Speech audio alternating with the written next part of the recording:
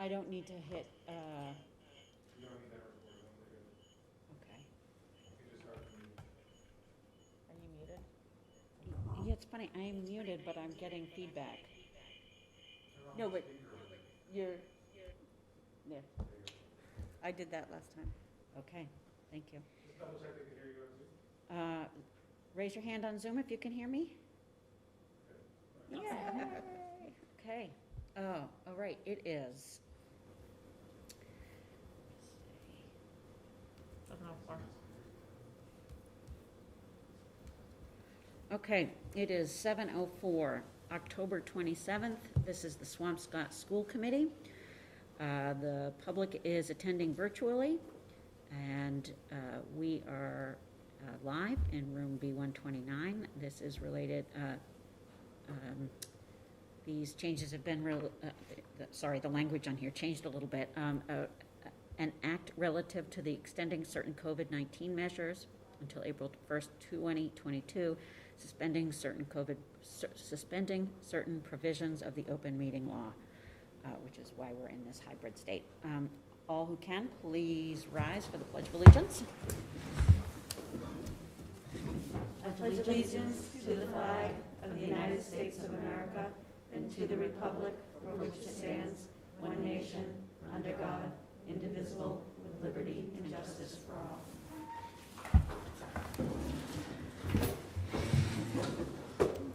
Great. We're going to start with committee announcements, and I am going to use my privilege and jump in first and say to you, Ms. Wright, that I am incredibly impressed, grateful, relieved. You did amazing. I know that there was a huge team of people behind all of this. However, I think there was one superstar, and it was you. So sweet.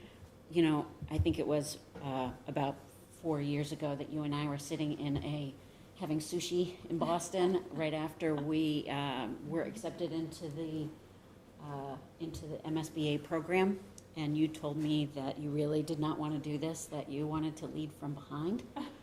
And we talked about the fact that that just was not going to be possible for this. That's fine. And you grabbed it, and I think the piece of it that was not only did you guys come to a solution that makes sense for the town, but I think what really impressed me about how you managed this was how much you listened and listened and listened more, and everybody and anybody who had something to say, you had an open ear to. And I know that you didn't just do it service, but actually really listened and made a lot of changes. And I think that's an amazing skill, and we're really lucky that we had you to do this. So, Thank you. with, like, from the bottom of my heart. Like you said, it couldn't have been done without a lot of people. I mean, starting with the whole building committee and starting with our design team that listened to, and then the campaign was great, and getting the message out and the word out and everything, and really there's so much more work to be done, and I can't believe it was 4 years ago that we were having that conversation, and you know we're gonna be working on this for another few years, so there's a lot to do, and it's exciting. It really does feel like something big is gonna happen, so it's really exciting. But thank you. So all good. Very excited. And I'm going to turn it, actually, I am going to turn it over to you, Maggie Jensen, to go first. Okay, awesome. Can everyone hear me? Yes. Okay, cool. So what I wanted to talk about was actually how seniors are dealing with early decision deadlines and regular decision deadlines coming up pretty soon. For myself personally, my early decision deadline is November 1st. I know Madison is also doing early decision as well. I would just like to thank the guidance office on behalf of all of the students in my grade, because everyone who I've talked to has been able to get an appointment with their guidance counselor. And their guidance counselor, the special thank you to Ms. Barnum. She's my guidance counselor and she's been absolutely incredible. But it's really nice to see how the guidance counselors, the SH counselors, you know, it's almost like a week away from turning things in, and mine's still willing to look at my essay and read through my resume and, you know, just help me to finalize like little last edits on my Common App essay, and I know that Madison can do the same thing. And it's so nice to just have someone at school who is willing to talk to you about this, besides, you know, talking to your parents about it the whole time, and I understand how that can be annoying to some parents, but I would just really like to say that and thank the guidance counseling office from like the bottom of my heart and the bottom of so many other people's hearts. So yeah, that's what I have to say. Nice. Can we ask where you're applying? I'm applying early decision to Northeastern University, and I am very, very, very excited. I'm applying to Tufts as well. I'm nervous for that, but it's a very nerve-wracking process in general, and I'm excited and nervous and so many emotions. It's exciting. It's exciting. Madison, do you want to go next? Sure. Thank you. Can everyone hear me? Yes. Perfect. As Nikki said, I would just like to add a big thank you to the guidance department because they've been working tirelessly to help everyone with their applications, and it's just been a really stressful time, and we're really grateful for them. And kind of switching gears, kind of like an update from what I was talking about last meeting, the Green Scholars led by Mr. Natoli did our beach cleanup last Thursday on Fisherman's Beach, and we collected over 35 pounds of trash. So it was a really successful sort of beach cleanup. We added this data to the Ocean Conservancy website, and the Ocean Conservancy is sort of like a website that tracks trash in our oceans and is trying to help keep basically the world as a whole a better, greener place. So it tracks across the world beach cleanups and everything and kind of records this data. So Swampscott is in this database, and it's just kind of a really cool thing that we're trying to keep the town green, and we collect over 35 pounds of trash. And the beach itself, Fisherman's Beach, is not, you know, upon first glance, there's a lot of trash on it. But you'd be surprised at how much is actually there. And it was a great turnout, so yes. That's wonderful. 35 pounds? My I gosh. can't believe it. We, today, somebody actually forwarded to me the numbers from 2019. So it's exciting this is going to come up a little bit later in our conversations, but it's exciting to see, and thank you for doing that. Mr. Pastor? Thank you. I mean, the only thing I do want to say, and if I had a glass, I would raise it to you. Great job. I am beyond excited, and I think it's going to be such a great thing a couple of years from now, and this building is up and running, and it's going to be magnificent, and I am just excited that you guys did all that hard work, and my heartfelt congratulations to you and everybody on the committee. Great job. Thank you. It's like so nice. It's so nice to be halfway through. and to have a second half. Right. Yeah, to have a second. Give yourself That second half. Give yourself a little break. Yeah, I mean, I can't not say the same, right? I can't just be like, oh, we already said it. Like, it just deserves to be repeated. Honestly, it sounds stupid, but I really don't think anybody else could have done it the way you did it. I really don't. You lived and breathed it in a way that you could talk to it, you could explain it at the drop of a hat in such detail that I don't know anybody that could to speak to you and have a conversation and not get it. You know what I mean? Like, it was such an important, besides being with OCD could do.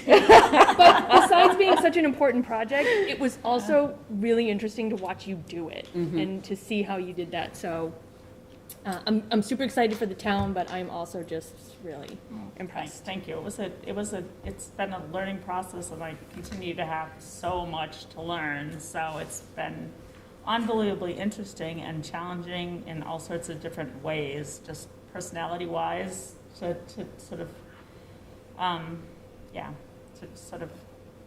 really take the time to listen and talk to people has been really great for me. And canvassing, I can't even believe how much I like doing it, and I can't believe how much I like talking to people, and how receptive people were, and just how friendly people were, and how people that really wanted to get information were really engaging, and It was just great. It was just great. And working with the building committee and the design team, just the stuff I've learned along the way, and now so much more to learn and so much more to do in this process. So it's exciting, very exciting. I'm excited for our teachers and our kids. Me It's gonna too. be awesome. Me too.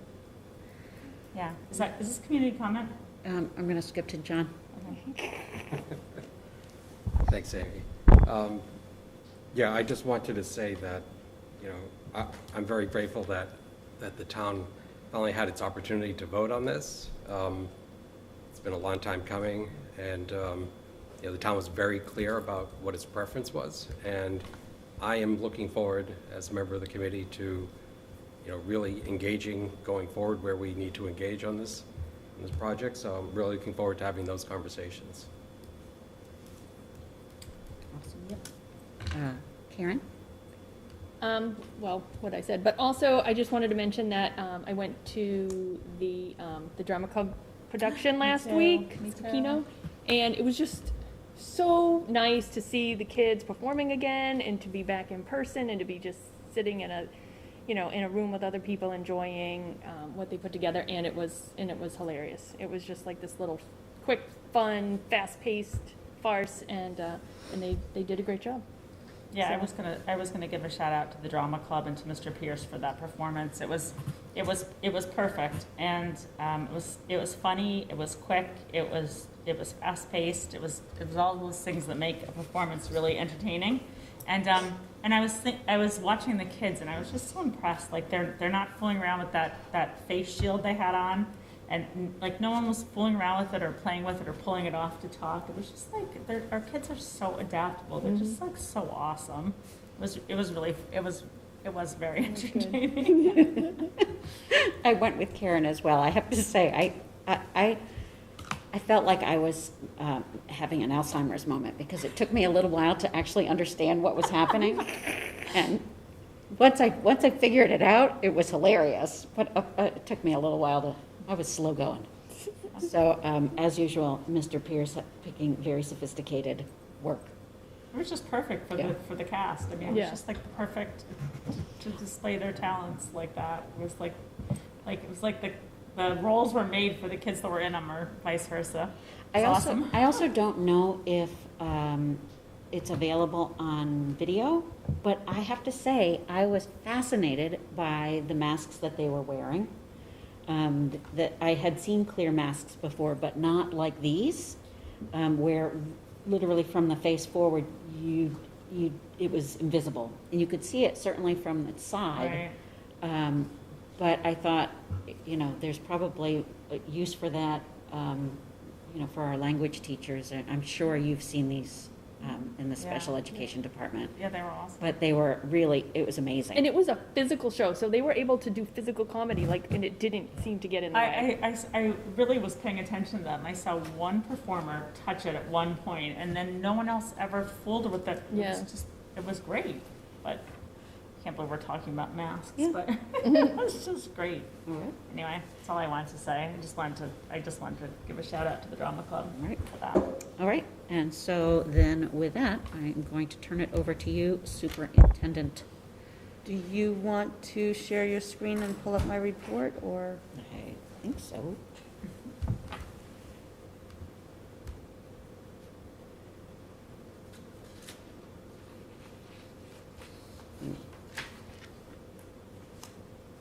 Go to your Zoom.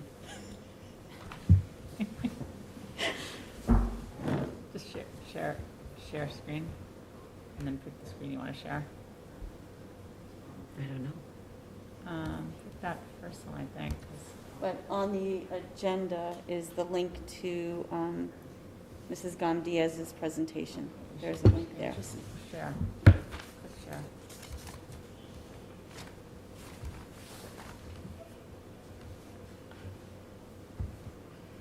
Bear with me.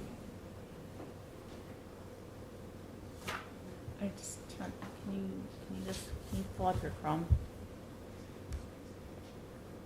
Why is it not sharing? I don't know. I get Pam. I'm gonna sign on to the Zoom right now. Sorry. It's okay. And I'm going to give you, I don't know coming in as a panelist, and if you could just give me co-hosting privileges.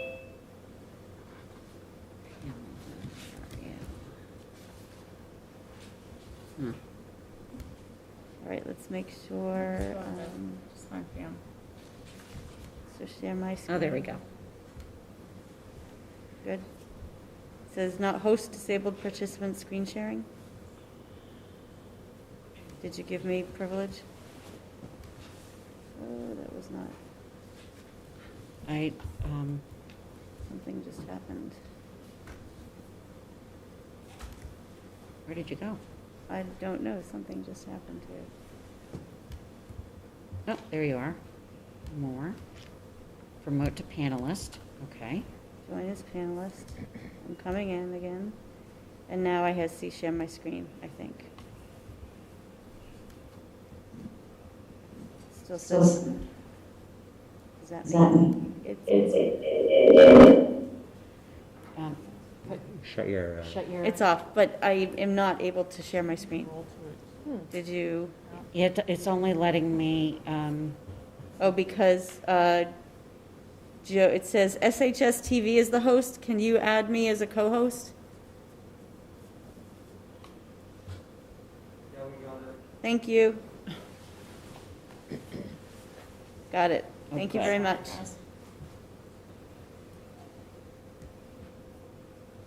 there we go. Pandemic's gonna be over and we're gonna figure this out. Yeah. So I would like to introduce Mrs. Jessica Gom-Diaz, our Foreign Language Department Chair, to talk to you today about international travel presentation. There are districts that are already having these conversations, and we thought that we probably should bring it to you this early on. There are some districts traveling, there are some not. Obviously, we're looking ahead to April of 2022, but it's before you tonight for consideration. So I will just do what you tell me to do. Just, do you want me to just scroll down? It doesn't matter. I'm here with Alejandro Baralt, who is in charge of the France and Spain trip, and I have information on the Puerto Rico service trip. Both of these trips were trips that we had planned in 2019, and we had brought them to the school committee, and they were approved, and then they were put off, and now they're put off, and so we're just looking to see if it's something that Swampscott is ready to do. We've spoken to both groups about, their policies and things. For the Puerto Rico trip, they're requesting that everyone who goes is vaccinated. The lodging is in a house. As of now, we would be the only group, but it's a big house. It's like 4 stories high. It's almost like dorm rooms, right? So there is a possibility of another group deciding they want to go, but at this moment there is not one, so the whole house would be to us.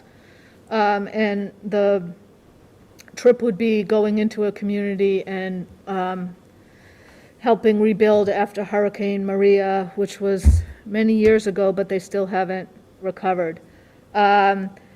They did list their different, procedures. They sound very similar to what everyone else is doing. Their cleaning procedures, their, in some places they're requiring masks. Obviously, if we're going inside someplace, other times, people just have to make sure they're following the directions. The current state in Puerto Rico is they have a better rate than any of the 50 states. So they're really pretty stringent about what they require people to do, and so it would be that we would need to follow the rules that they have to keep their island safe.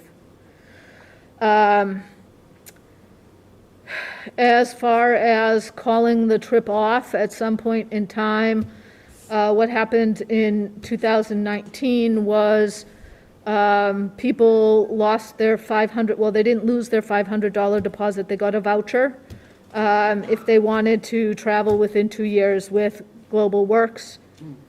They might be able to sell, if we get to go this time, they might be able to sell their vouchers to someone who's going on the trip this time. But the end result was they ended up losing $500 for their deposit, which they got a voucher for, and $100 to the airlines. So I've asked about how that would affect this trip in 2022, and they said pretty much it's the same. It's really the same restrictions, that the first 30 days after we start to sign people up, if we don't have enough people, they get all their money back. But after that 30 days, you put your money down, and it would be that the people would once again lose their deposit and get a voucher. So those are the situations that I think when I'm thinking of traveling this year. I'm thinking about safety, and I'm thinking about money. And so, yeah, that's where we stand on this. And Alejandra's trip is similar. Some of her things are, they're a little different because every company is different. Yeah, but so far the company is not requiring vaccination, but if we're going to Spain and France, they may decide to ask for a vaccination before we go. What the company has said is we're going to hotels. They're going to keep us separate, meaning that they're not going to combine us with another group. So we would be on a bus most of the time once we get to Spain, and we're going to have a tour guide to ourselves. So they're keeping the group just small. For money, also so there is a refund of $1,000 in vouchers. We already have 4 kids registered for the trip. So they're keeping, like, they're following CDC guidelines, and Spain is, their numbers are going down, same as France. So we're just waiting. Yeah. So in mine, there are 3 families who still have their money with Global Works, and so they could go with the money that they paid from the last time. I do think one family has decided they're just not going to go. They want to get their money back. But when she's saying she has 4 people and I have, say, 3, it's the people who were originally going, in 2019, and they haven't graduated yet. Yeah. So. Yeah, but I have spoken with the students, and they are willing to travel, and their parents are okay with them traveling too. So yeah, so I made sure before I came here I talked to them and see what they were standing, and again they do want to travel, and parents are okay with it. Mm-hmm. So. And how about you as chaperones? I am fully vaccinated, so I'm planning to get my boost, so I would be okay. I would imagine that just by nature of the fact that you're here presenting this, that you both are good about going. You're comfortable going at this point? Yes, I am. Yeah. I mean, I don't know about the rest of the committee, but like if the chaperones are comfortable with it and the parents are comfortable with it and you have enough kids to go. I'm not sure if I do.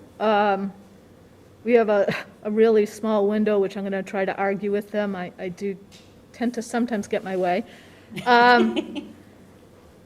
Because they want, everyone signed up by November 15th. And I said I couldn't start recruiting, honestly, until I knew whether we could do it or not. Yeah. Right. And I don't feasibly think that 2 weeks is enough time for me to ask parents to come up with $500 for a deposit. So I have a feeling that I'll probably win that argument till December 1st. So I'll have a month. But as of now, my trip cannot go unless there's 12 kids who want to do it. Her group can go smaller. 6 students. There are already 4 signed up. And Madison actually is one of the students going. She already has recruited 2 more people. She Oh, said. good. How much is the Spain trip totally? It's 4,000? it's Do you need more 4,000. chaperones? Yeah, right? I'm like thinking the same. 4,000. It's 4,000? Yeah.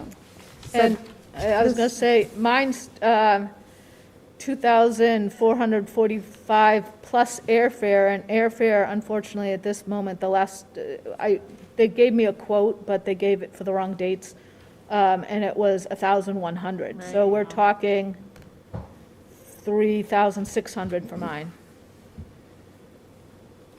So does that, do either companies have policies for return to the United States? Like, you know, I know like right now to return to the United States, you have to have a COVID test. Like, are there procedures in place for people that don't pass that? Or is like, do we have like adults that would stay behind with people? Yeah, That's a big concern. Yeah, with the Puerto Rico trip, I know that, you know, if someone has COVID, then they have to quarantine. Also, the whole group then has to get tested. The quarantine would make them stay for 2 weeks, and that's longer than our trip. So either a parent would have to come over or a teacher would have to stay. So, you know, it's really not something that we want to have happen. Right, but But that's the United States, so that's, you know, you're not quarantining no, like coming back from Spain, like, I'm just saying. Spain for sure, but I mean, Right. but Puerto Rico, you still wouldn't get on the plane. You would have to stay, and you'd have to be put up in a hotel, and so that's, Like if you can't. you know, it is additional costs. It's a risk that people are taking. I don't know. Yeah, no, with ACIS, there are at least 2 people. So if I go with 6 students, I would be the only chaperone. But ACIS always has a tour guide with me, and there's a tour manager that's always reachable. So we would have that just in case. But and there again, they're following CDC guidelines and everything, but I can't really tell you exactly what would happen. but the families would be, as they're signing up, they'd be aware of the Yeah, I was risks. just gonna say, Yeah. as long as people understand, I mean, Yeah. I think, I mean, as someone who's already traveled internationally during COVID or whatever, it's like, obviously, I would never say no to something like this. I just think if parents are signing up, they just need to understand the risks. Potential, that- right. Potential, First of all, both trips sound great. I'm going to separate the two. I have 2 college students who are about to embark on overseas travel, and vaccines are mandated.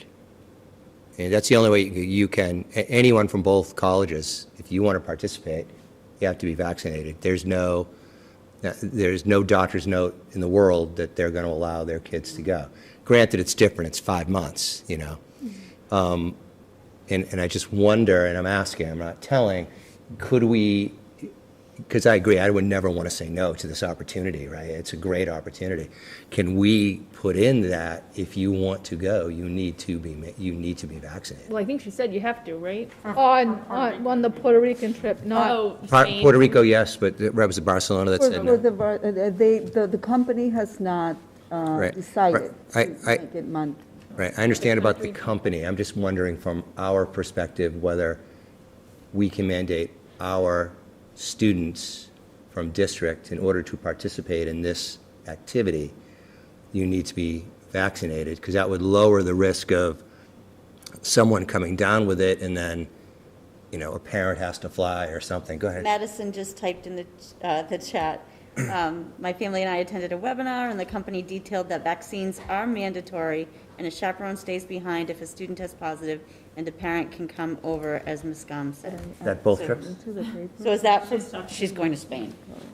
so mandatory for Spain, and mandatory for Puerto Rico as well. On the documentation that I have, it says that they haven't made that decision. Oh. Maybe they That's have. She went to a Oh, webinar. Right, That's but she my- went to the webinar and Yeah, said that that's my she's being challenge. told. is Okay, that- I see. I just went to Ireland and I had to be vaccinated. Okay, for yeah. Spain has mandated, if you want to come into Spain. Yeah, what I said before is the company, well, Right, but the the country papers would- I have, but I also said that maybe the countries are demanding to be vaccinated, yeah. so. Do we, so I think that's kind of the question is, can you fly into Puerto Rico without a vaccine? But more importantly, can you fly back to the contiguous United States with, how does that work? And then one of you guys had mentioned that,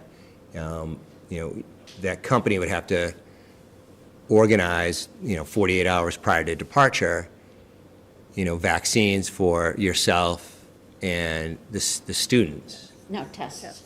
Test, right. Testing, I'm sorry. I'm a little gun shy about sending anyone. Now granted, the 6 students who've signed up, maybe they're all vaccinated. I think the testing happens regardless of your vaccination status, right? Like, Yeah. everyone has to Right. test before you come back. I mean, I'm gun shy by not mandating something. I don't know. I don't know what our position Well, should be there.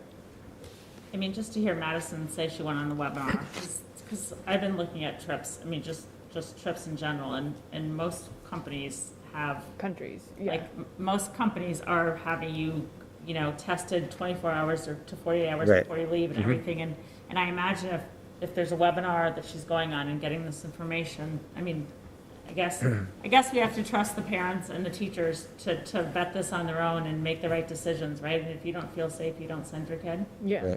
Right.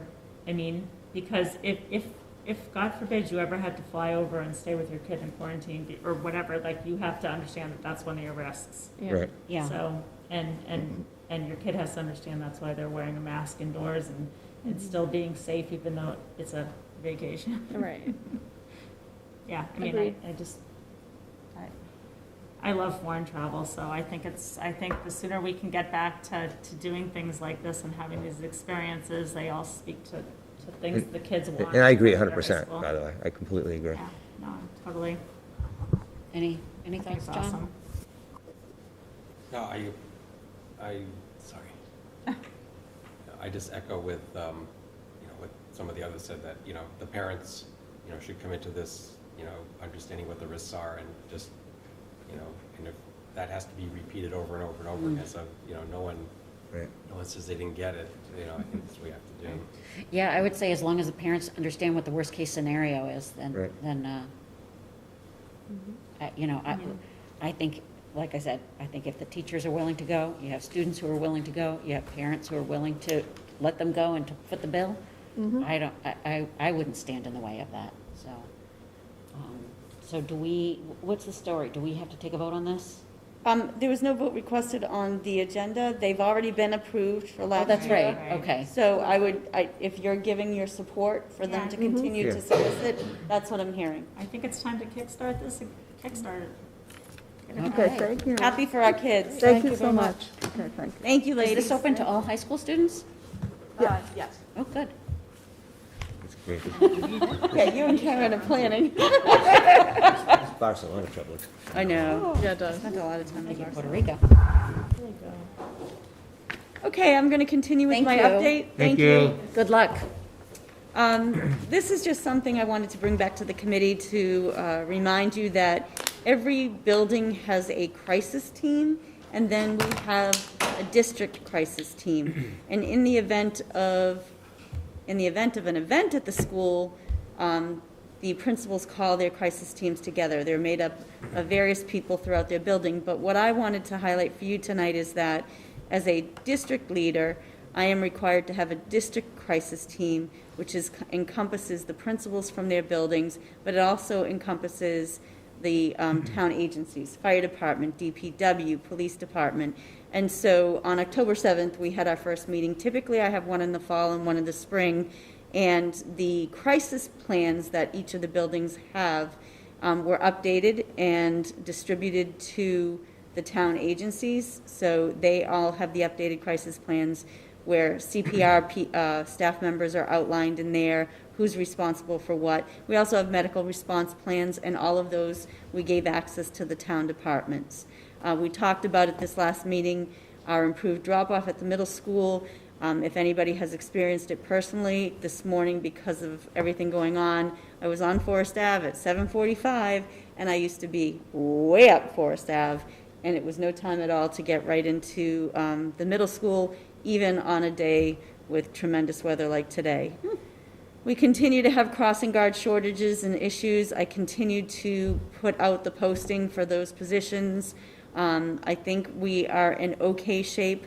Our SRO, Brian Wilson, said if we had one more, he'd feel really good. I know Mrs. Mulcahy interviewed, I believe, one more. So did we get one or two more crossing guards? We got one more at Stanley, and I think there's one or two more in York.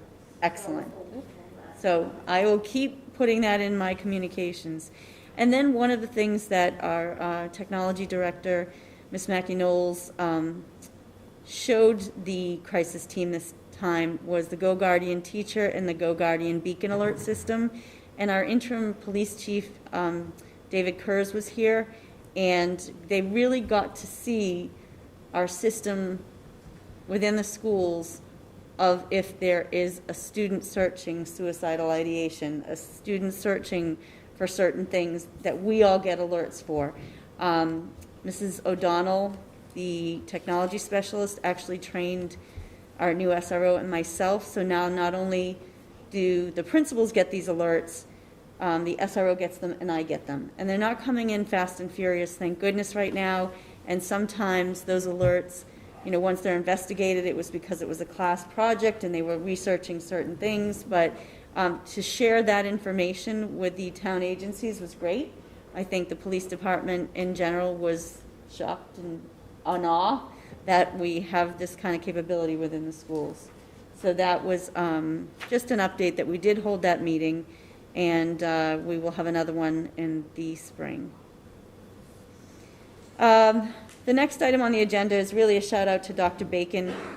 If you've been keeping tallies of how many grants Dr. Bacon has brought into the district and how many opportunities and initiatives Dr. Bacon has brought in, another one right here is the Massachusetts Family School Partnership Initiative. As you know, we've talked about family engagement being something that's a priority in our district, and I linked the document that's at DESE in this title here, and I lifted the first couple of sentences. Events of 2020 have only highlighted what we've known for decades. Engaging with families and caregivers is essential to student success. Recognizing families as assets and creating intentional pathways for collaboration are key to creating learning environments where students can thrive. This has always been something we've wanted to do, and particularly under Dr. Bacon's leadership. And we have been accepted to participate as a district, and we would participate in the spring cohort. The Department of Elementary and Secondary Education pays for the cost of training, coaching, and strategic support. But what you basically will be doing is taking stock of your family engagement efforts and identifying strengths, gaps, and areas for improvement, and really come up with a plan for how to better engage families within our school district. So a shout out to Dr. Bacon. There's not something that crosses her desk that she doesn't take an opportunity to apply and get us involved in. So yes. This next one is also a shout out to somebody else in the audience, Mrs. Mulcahy. I am super excited by Mrs. Mulcahy taking the initiative to get out ahead of everything, and she already has 2 tentative dates for vaccine clinics, one being November 23rd and one being December 16th. We just need to confirm those. But the Pfizer COVID-19 vaccine, we're looking for approval on November 3rd. If you've watched the news, that's when particularly it's potentially happening. So therefore, this clinic would be for our student group ages 5 through 11. They'll also be giving COVID boosters for adults and common flu vaccines, but more details will come out as we confirm. But a real round of applause for Mrs. Mulcahy for getting ahead. If we can get our youngest learners vaccinated, I will be super excited, and I think a lot of people will as well. So thank you for getting ahead of that and getting our name out there. I'll volunteer for that if you need. Yeah, me too. Awesome. And also, I think it's important, this is like, so our high schoolers and our middle schoolers can take advantage of this too. Everybody, Everyone yep, can come, yep. everyone who hasn't done it yet, and. And anyone who needs a booster and And I know anyone. Ms. McKay was telling me, like, the booster date in December is perfect, because 6 months ago is when they got their second, when we did Correct. the vaccination clinic here, when the second shot was given, so it's time for, people will be, okay, time-wise to get the booster. It's Ms. fantastic. Mulcahy, is it the same dose that would be, The children get a smaller dose, but if people are getting the vaccine for a booster, I think it's the same for Pfizer. I'm sorry, I'm not really sure on the dose quantity, but anybody who will qualify, will send out more details on who is eligible for the booster, and then if you are eligible, you can receive it that day. And also with the new approval of the mix and match, so individuals who might have gotten Moderna or J&J will also be eligible to receive the Pfizer vaccine as a booster if they choose. Great. So it's really open for all. well, fingers Great. crossed, we get lots of people. Excellent. Thank you. Are there gonna be more like of the big mass vaccination sites coming up? I'm wondering if that's gonna start to be more of if that's coming back. I The don't state. know. Yeah, it really depends on the state funding and how they get their vaccine quantities. I am a part of some of the DPH news releases, and they are starting to ship out, and whether or not each town will be getting supplies. Sometimes they'll do regional vaccines, switch a few towns, but it really depends on who gets the vaccine at Okay. at the I'm time just that it's wondering there. because when it went to being all like CVS, Walgreens, then they were getting hard to get an appointment again. So now that there's going to be even more people needing it, I'm just wondering if there's going to be a supply, I guess is my. There is a supply, what it seems like right now, it's just waiting for that final authorization from the CDC and the And FDA. stuff will be ready. Good. Yep. Thank you. The next item is an important one for the committee to, I guess, support. In central office meetings, I'm requesting a calendar change, and I'm asking for your support because the school committee votes on the calendar.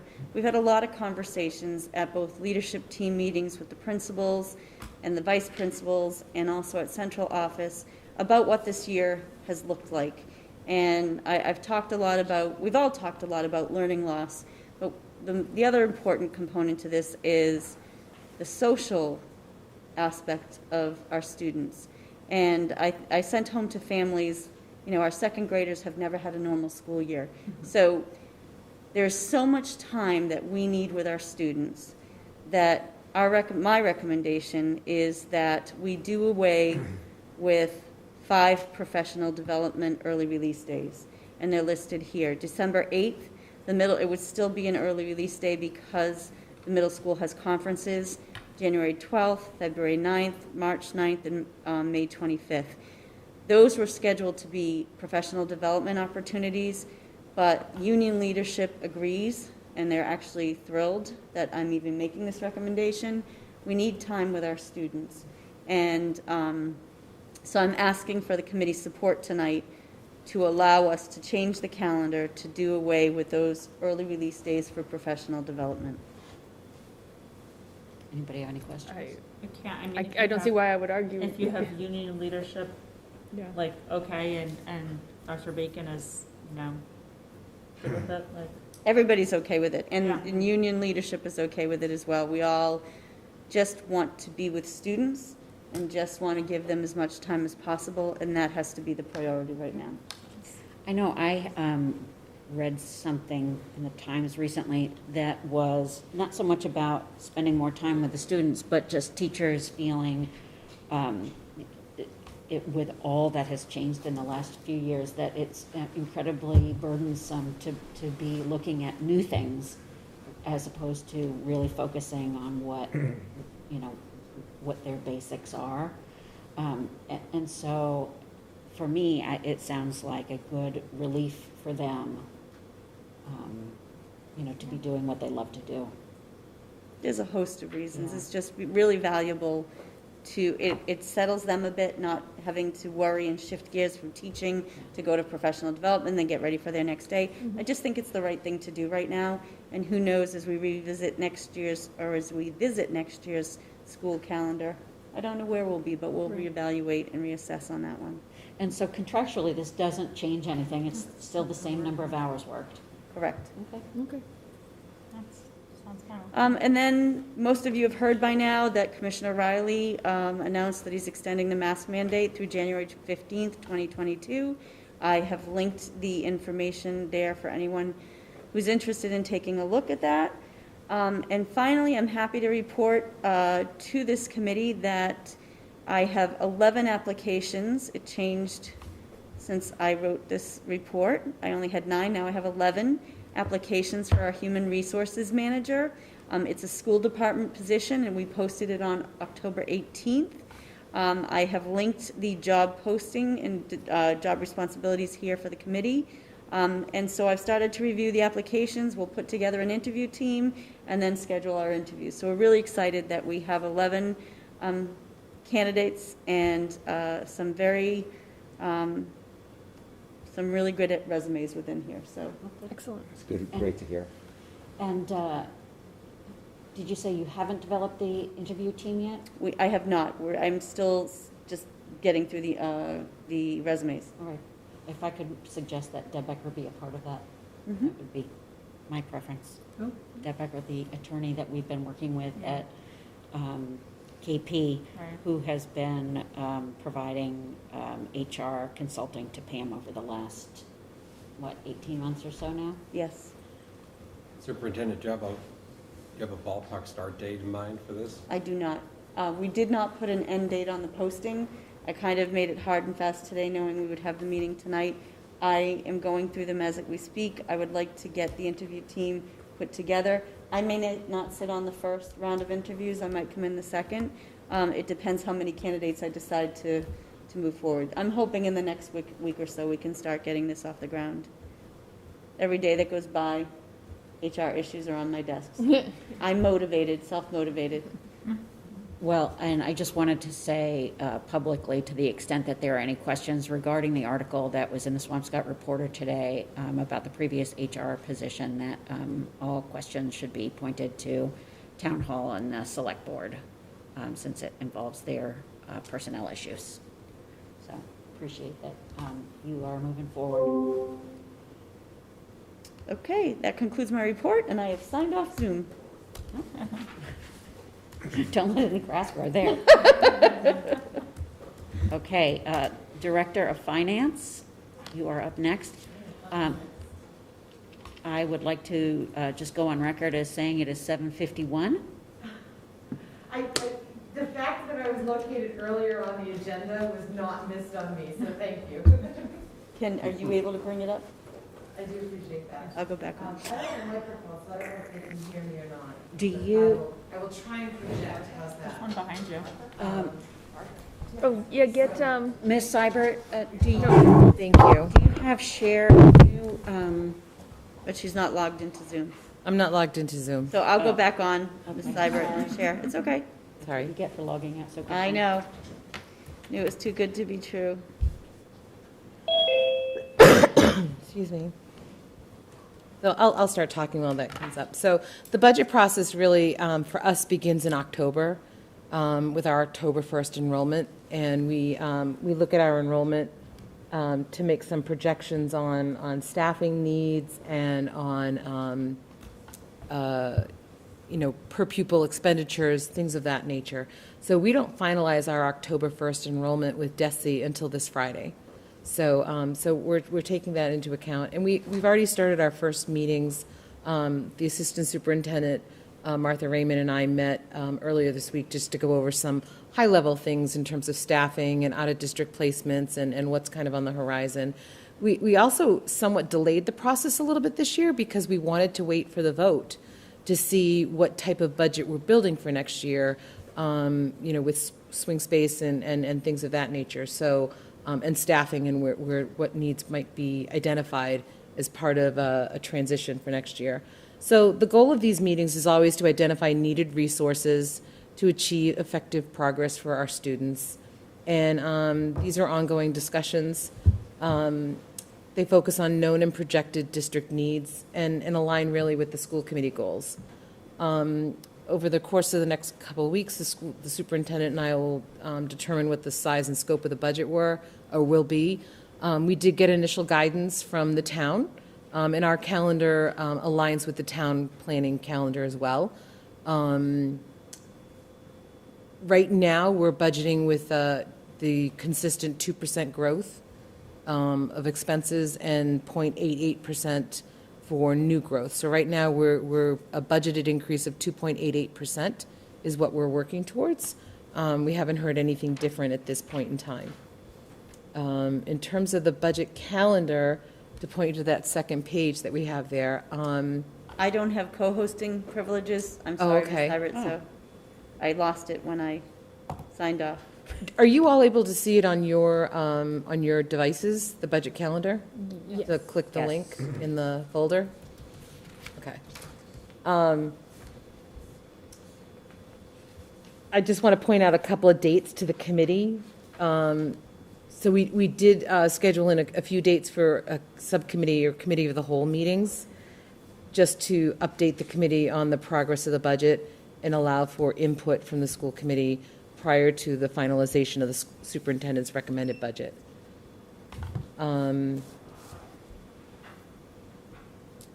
terms of wrapping up the budget and presenting it, we presented over 3 nights in January and February, with a final vote on February 9th.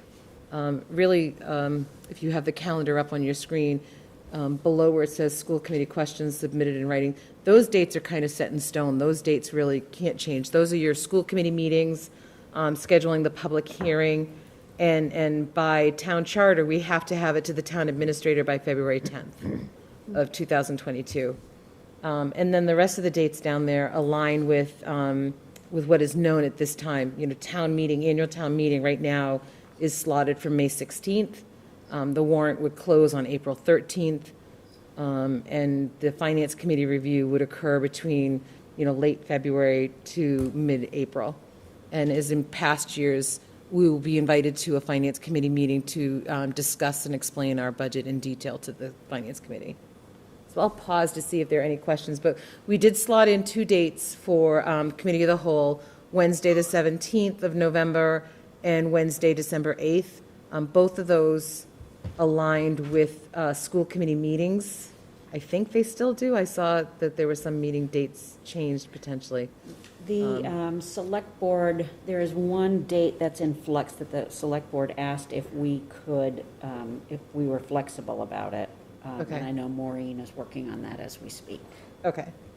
And these dates are flexible as well in terms of school committee of the whole. And these are all targeted dates for having things completed. Ultimately, I'd like to have the budget book to school committee at a minimum a week before the first meeting to give you all a chance to read it thoughtfully, marinate on it, figure out what questions you may have prior to the first presentation and budget overview. So I'll pause for committee questions. Anybody? It looks normal. Good questions? Okay. Seems like back to business. It's like nice. Yeah. Yeah. Appreciate that comprehensive schedule. Mm-hmm. Okay. I'm good, thanks. Well, great. Thank you. No, thank you.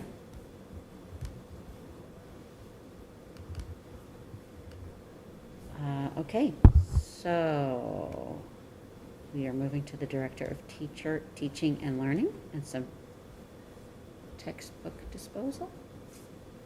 Yeah, I don't know if you want to bring up that spreadsheet. So we can't bring it up on screen, however, everybody on the committee does have access to it. So as we've been replacing textbooks, which thank you for voting for over the past year or so, as we've been replacing textbooks, we now have a lot of materials that are no longer being used in our classrooms.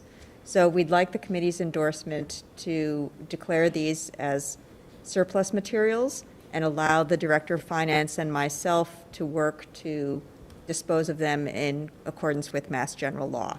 So this is a complete list of the materials that we're proposing to dispose of at this time. So approximately 100 different materials. Right. Okay, so I will entertain a motion to approve for the disposal of the titles listed on the attached document. Does that sound? Sure, I'll make a motion. Do I have a second? Second. Okay, does anybody have any questions? So this Envision software, this Envision stuff, is it still, is someone else gonna use it, or does disposal mean throwing it away? There's multiple ways to dispose of it. We can put it on a listserv to see if any other districts want it. We can look to see if, some of this is really dated, it goes back to 2012. We can look to see if even some of it goes back to 2009. If there's any districts that may want some of this stuff, if not, it can be recycled, it can be donated. It really, there's very few things on here that have any value. Most of it is de minimis. It's very, if you can find someone who will pay that. So I appreciate Dr. Bacon having someone take all the time to really go through thoughtfully and look for a value, because it's easy just to say, oh, there's no value to it, and not really do the due diligence that you should do. But the value on most of this stuff is very, very de minimis, and we'll look to sell the stuff that does have value and either donate or properly recycle and dispose of the stuff that really has no value. Well, I have a new word for tonight, de minimis. It's a word I had not heard before. It's Latin. Oh, de minimis. I like it. Okay, so then all in favor? Say aye. Aye. The motion passes unanimously. Thanks. Thank you. Ready, sous chef? Sure. Yes. Fresh, quality. Okay. So, up to me, the chair update. So, I have a couple of things that I wanted to talk to tonight. I will forward to each of you tomorrow, I got it today, a memo that Chief, can you correct me here, Kurz? Kurz shared with me. I was invited to participate 2 weeks ago in a process that he calls a SWOT process, which is a way to evaluate what the town is looking for a new chief of police. That is a process that he's going to be running. I was in a group of about 30 people, and he said that we were the third meeting just like that he had. He was speaking to people, business owners, committee members, people throughout the town about where they saw strengths and weaknesses in the police department and what was desirable by way of hiring a new chief. So I felt honored to be a part of that. One of the things that I shared with them was my desire to see a police force that was more indicative of the changing face of our town, particularly as it relates to how our student population has been changing over the last decade, and we anticipate it to even further. I will share the document with you tomorrow. It was one of the things that the chief was talking about was how, because of COVID restrictions, they really, they divided us up into 3 groups ahead of time. And that, interestingly enough, the 3 groups all had very sort of similar themes. Mm-hmm. So interesting, and I will share that with all of you tomorrow. And if you guys have any questions, you'll just let me know.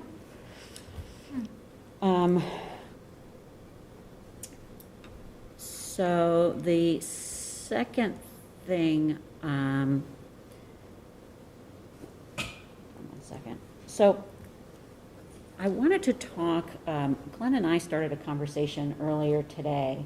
I don't know if you had a chance to go any further with it. But, you know, I wanted to talk about the fact that we are receiving letters I did speak to Susanna briefly about it. from a number of the parents at Stanley regarding a transition process.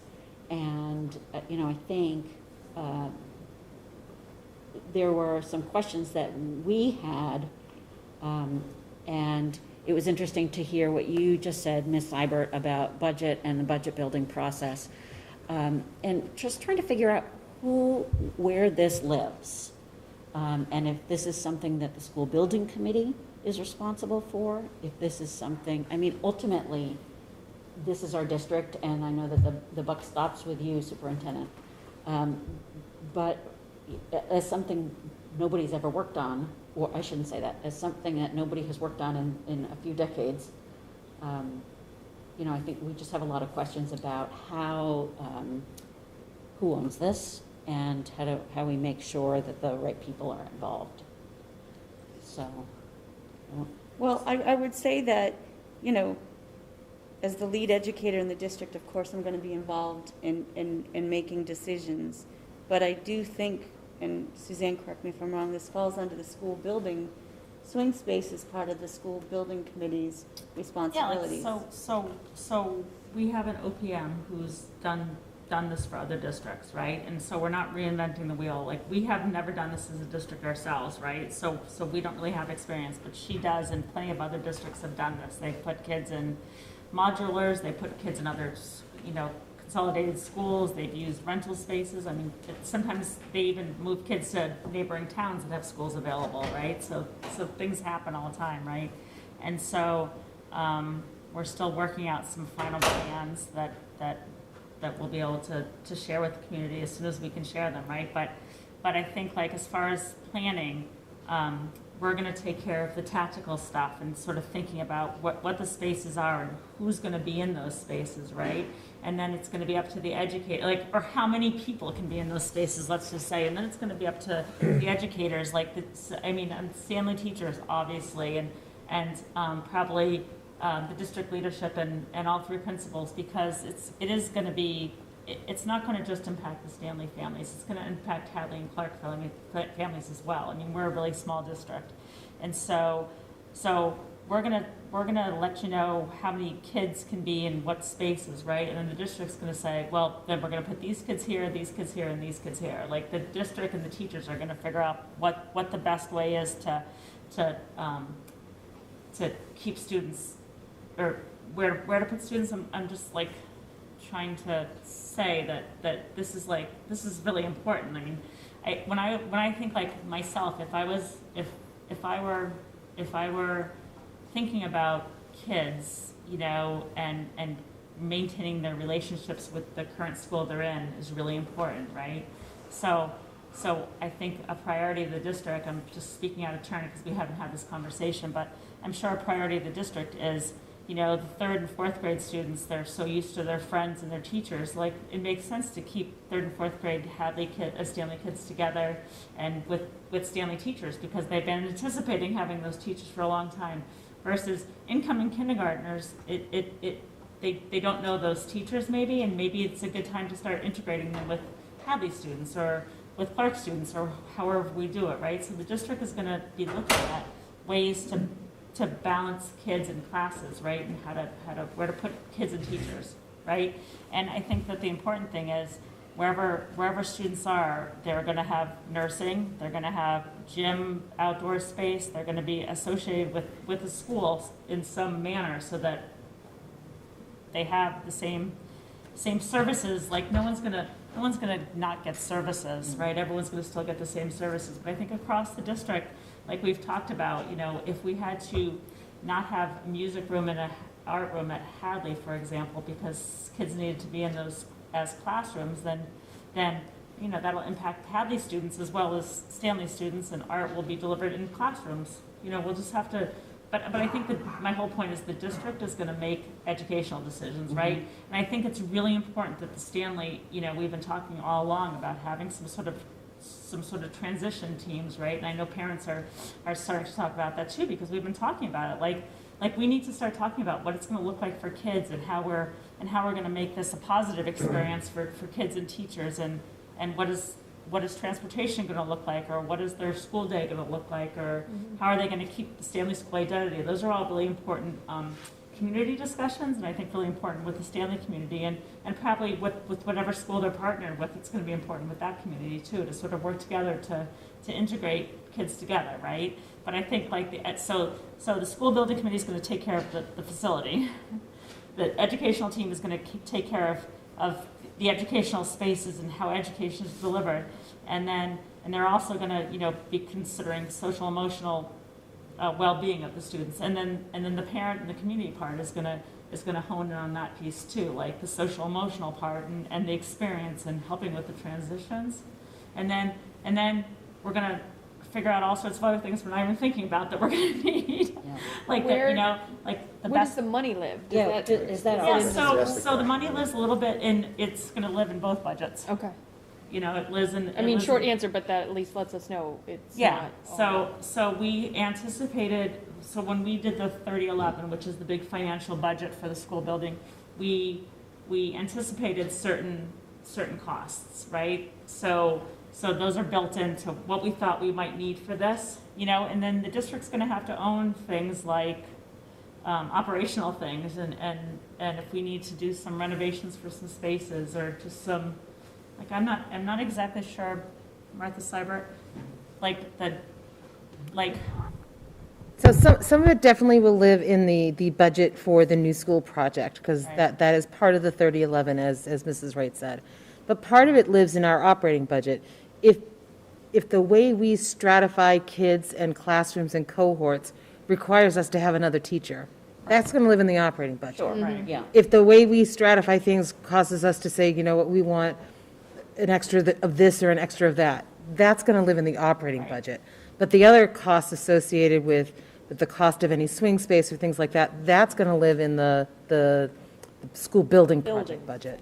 I think that's the way to kind of separate the thought on it. Okay.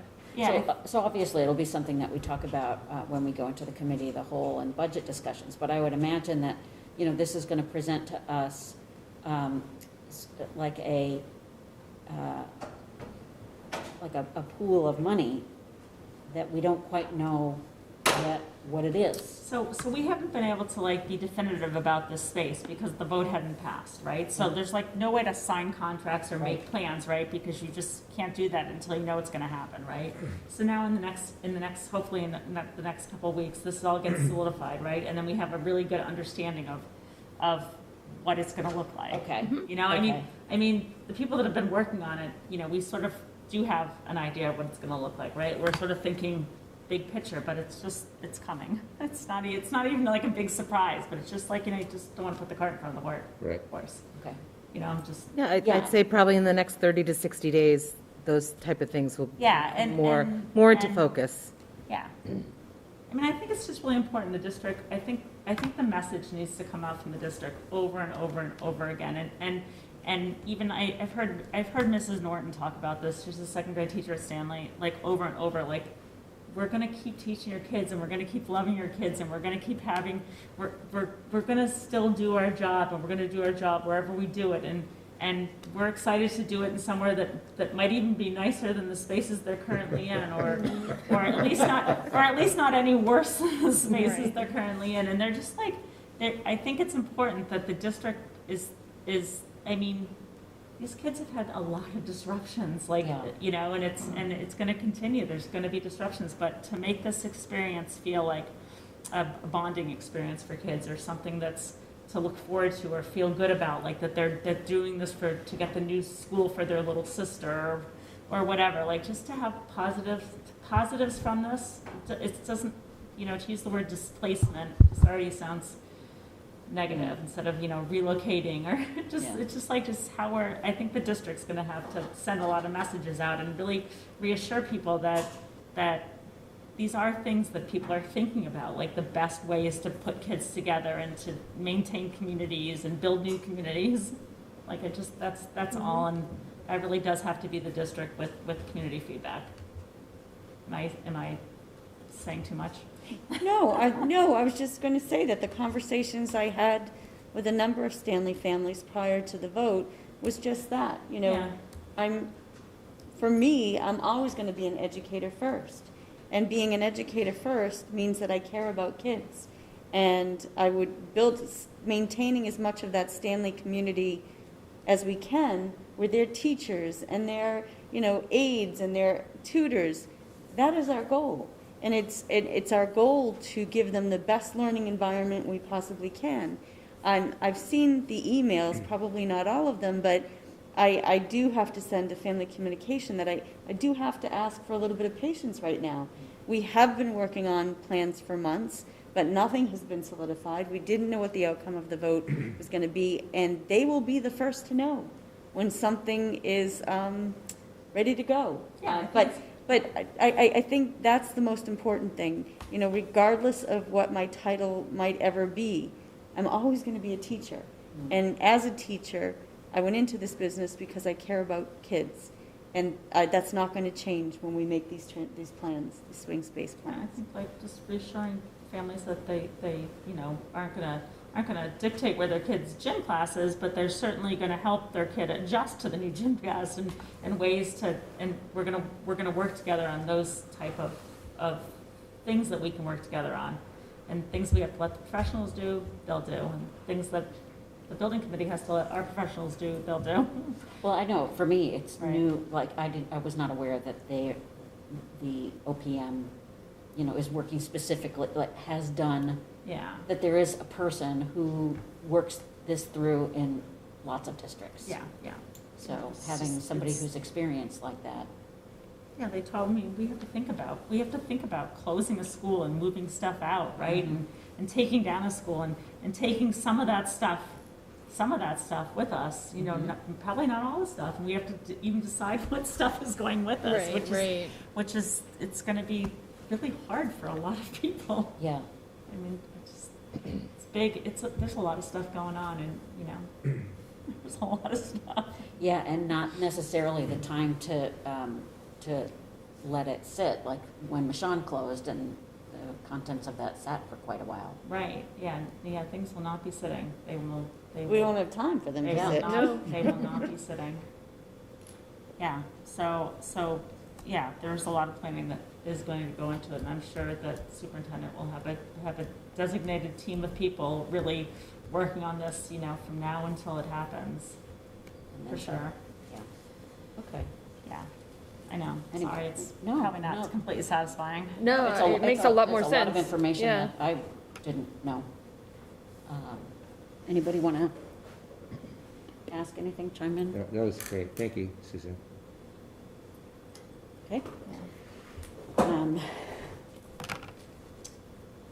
All right, so next up, I shared with all of you a letter that the Conservation Commission sent to the district,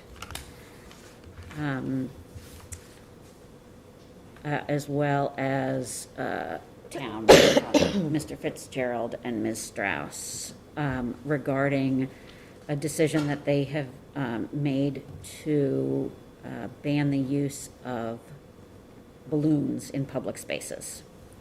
So I wanted to put it on the agenda tonight, to make sure that everybody has had an opportunity to read it, and have have the opportunity for discussion, and whether or not this is something that from the, I don't believe that this is a policy, but you, John and Suzanne might feel differently about it. I just want to put it out there for discussion. I think their policy is very clear that it's on public conservation space. So it does not, it does include the area that is right next to Hadley, that Hadley uses, that Linscott Park. So it impacts them in a way that it does not necessarily impact, say, Clark or Stanley. I don't know off the top of my head what it means for the turf and how it may or may not impact graduation.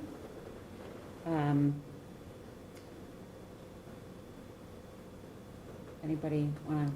I mean, remind me, didn't this come up at town meeting? Did town meeting, was there not a vote on whether to ban balloons in general and it did not pass? I can't remember. That was actually, and I was talking to somebody about this today, that was actually leaf blowers. No. No. Oh, no, I remember I was gonna that. say That was because- years ago. I'm talking about recently. I thought there was, I think it did come up. Oh, yeah? there was on one of the, either the most recent or one before it. I could swear, and it got voted down, I think. As a town. Now, I guess the Conservation Commission can do, they have purview over the conservation lands and they can do that there. So I guess I'm just confused. Are they just telling us or are they asking us to do something? Like, I'm just not sure. I'm writing to you concerning the town of Swampscott's use or approval of the use of balloon decorations and displays on conservation land held by Swampscott's Conservation Commission. The management of these properties is the central responsibility of the commission, and given that the intentional and unintentional release of balloons in the environment poses a danger and nuisance to the environment, particularly to wildlife and marine animals, the commission is advising that the balloon decorations and displays are not permitted on conservation land, but not limited, including, but not limited to Linscott Park. At the July 22nd meeting, when the commission first proposed such prohibition, members of local balloon businesses, as well as Lorna O'Hara, executive director of the Balloon Council, did not know there was one, opposed such a ban. And because Ms. O'Hara's wished to submit additional information to the commission, to give her time to do so, but in light of the real potential for balloon decoration occurring in summer and thus posing a threat, the commission voted to issue a letter prohibiting balloons on conservation land through September 21st, 2021, and indicating it would revisit the issue at their September meeting. I'm paraphrasing a little bit. The commission stated it would at that meeting review any additional information provided to the public. I am skipping through a lot of this, but because of this, communities across the country, including Chatham, Everett, Nantucket, and Provincetown in our own home state, have enacted balloon laws banning or restricting the use of helium-filled balloons. In addition, a state law entitled An Act Relative to Helium Balloons has been filed by State Rep. Sarah Peake. It passed, it would ban the sale, distribution, and release of any type of balloon, including but not limited to plastic, latex, mylar, and filled with any type of lighter-than-air gas for both private and public use. The commission recommends environmentally friendly alternatives that can be just, if not more colorful and festive, such as reusable banners, bunting, flags, ribbon, pinwheels. There are many suggestions on the internet for alternatives to balloons. Should you have any questions, please contact the commission. So I sort of put this out there to say, is this something that any members of the school committee feel like we should take action on? I just also want to check the Zooms because one of my concerns, one of my concerns is that we have a few families within our community that this would impact their livelihood. This is their business. Mm-hmm. I spoke to one in particular today, Carolina of, I'm going to get the name of her company. Fairy Tale Moments, who've been very generous with the Swampscott School District in, providing balloons and, helping celebrations. So this is prohibiting balloons on conservation lands, not on school grounds. Correct, except for Hadley, which has a lot of their activities on Linscott Park. Right. Is Linscott Park considered conservation land? It's under It's under their domain, that's what I know. Yeah. So I don't know more details other than that is their domain and that's their purview. Interesting. I mean, it doesn't seem fair to allow one school to have them and not the other, but honestly, I mean, there are alternatives, and we're not talking about banning them at the school or the football field or, I mean, I can respect the decision not to have it on conservation land without creating a school policy saying you're not gonna have balloons in the schools or on school grounds or whatever.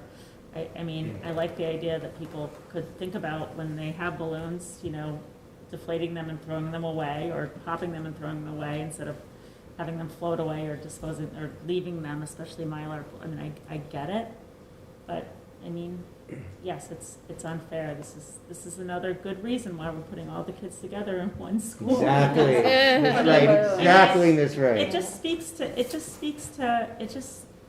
it's okay. I mean, it's hard for me to just personally, I can respect that they're in charge of conservation lands, and balloons and latex and mylar are not good for animals. I get that. I mean, it's just weird, you know, balloons blow away and they go to other places too, not just conservation areas, so. I think that's for me one of the issues that I have is that, you know, I understand sort of, you know, not waiting for the big picture to happen and affecting change in your own community. Right. At the same time, not unlike the leaf blower conversation that happened a few years ago at town meeting, and I'll never forget Scott Burke saying, okay, so now we're in the position of, if we're banning leaf blowers for businesses only, that, you know, Amy's Tree Service cannot blow leaves here, whereas across the street, Suzanne can blow leaves. Right. So either way, leaves are getting blown, so who's being penalized for this? So to your point, I see both sides of this. And I don't, I have no criticism of the conservation team's agenda, but, yeah, you know, I don't know. It's hard to imagine if this is what they want and they don't want balloons on conservation areas. We've been so fortunate as a school to be able to use Lynn Scott Park for things that are school related. I mean, it's a public park, and when we use Serpent 5 days a week to have gym classes on it, and sometimes, you know, other things as well. And so we've been really fortunate to be able to use that, and we have to remember it's not ours. Right. So, I mean, I feel respectful of that. So if we wanted to have, you know, a ceremony with balloons, we could have it on the little baseball field next to the school, or Right. we could decorate the front of the school somehow, or do something else that's like on our property, if that's what we had to do, but it's not our property. I mean, I can Right. respect that. Yeah. And I also wouldn't, I wouldn't be in favor of making a ban on other school property Yeah, if that's definitely. what it was sort of like No. getting at, but certainly everybody should be responsible in how they dispose of it, and when we get those big displays, I'm sure that we in the company, that's what they're doing. Yeah, I mean, That's my I'd understanding. rather have anyway. a policy that says if you're going to use that, you have to dispose of it properly, or you don't get to use it again. Like how when you have a bonfire at the beach, right? If you don't pick it up, the fire department doesn't issue another, you know, permit to you. So, whatever. Like, we can only control what we can control. Right. Right. So, I'm sorry, I don't mean to usurp the whole discussion, but No, I mean, I don't agreed want- with her, yeah. I mean, I don't want to be the sole discussion, so that's good. And Amy, for whatever it's worth, I mean, you know, I agree with where this conversation has gone. I think, you know, reading this letter again, you know, it looks like the ultimate goal is to have just a unilateral ban, whether it's school property or just town in general, you know, and you know, I know for me, I wouldn't want to see us, at least from the school perspective, ban it at other school properties, you know, because it sounds like there is a lot of ongoing use where this, you know, it's appropriate and they're disposed of appropriately. So, you know, I wouldn't want to see that, you know, and if that's where this is headed, I would have more questions. But, I completely agree with John, actually. the Conservation Commission can do what they please, I guess, you know, on conservation land, but, you know, and I'm still one of those people who cut, you know, the little tabs from, right, when we were little kids, right, with the seagulls. I just think, from our perspective, you know, I appreciate the letter. It was great knowledge. I did not really know or understand some of the points, but I think from that perspective, that's really where it ends with us. So then I will table the discussion, and will you just share the information with Ilana and Ms. Bedchuk? Okay. I do see that there are some people who have shared information with us via the chat, and we will take a look at it after the meeting, and circle back to relevant comments. So I appreciate your patience on that.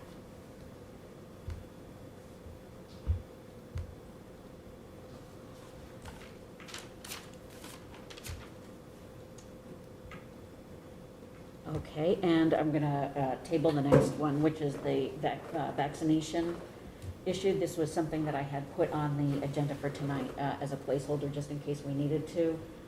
But it's very premature, and the superintendent is going to provide us some more information. So that is tabled. So from there, I'm going to turn it over to you. Could I ask you to go up to letter B?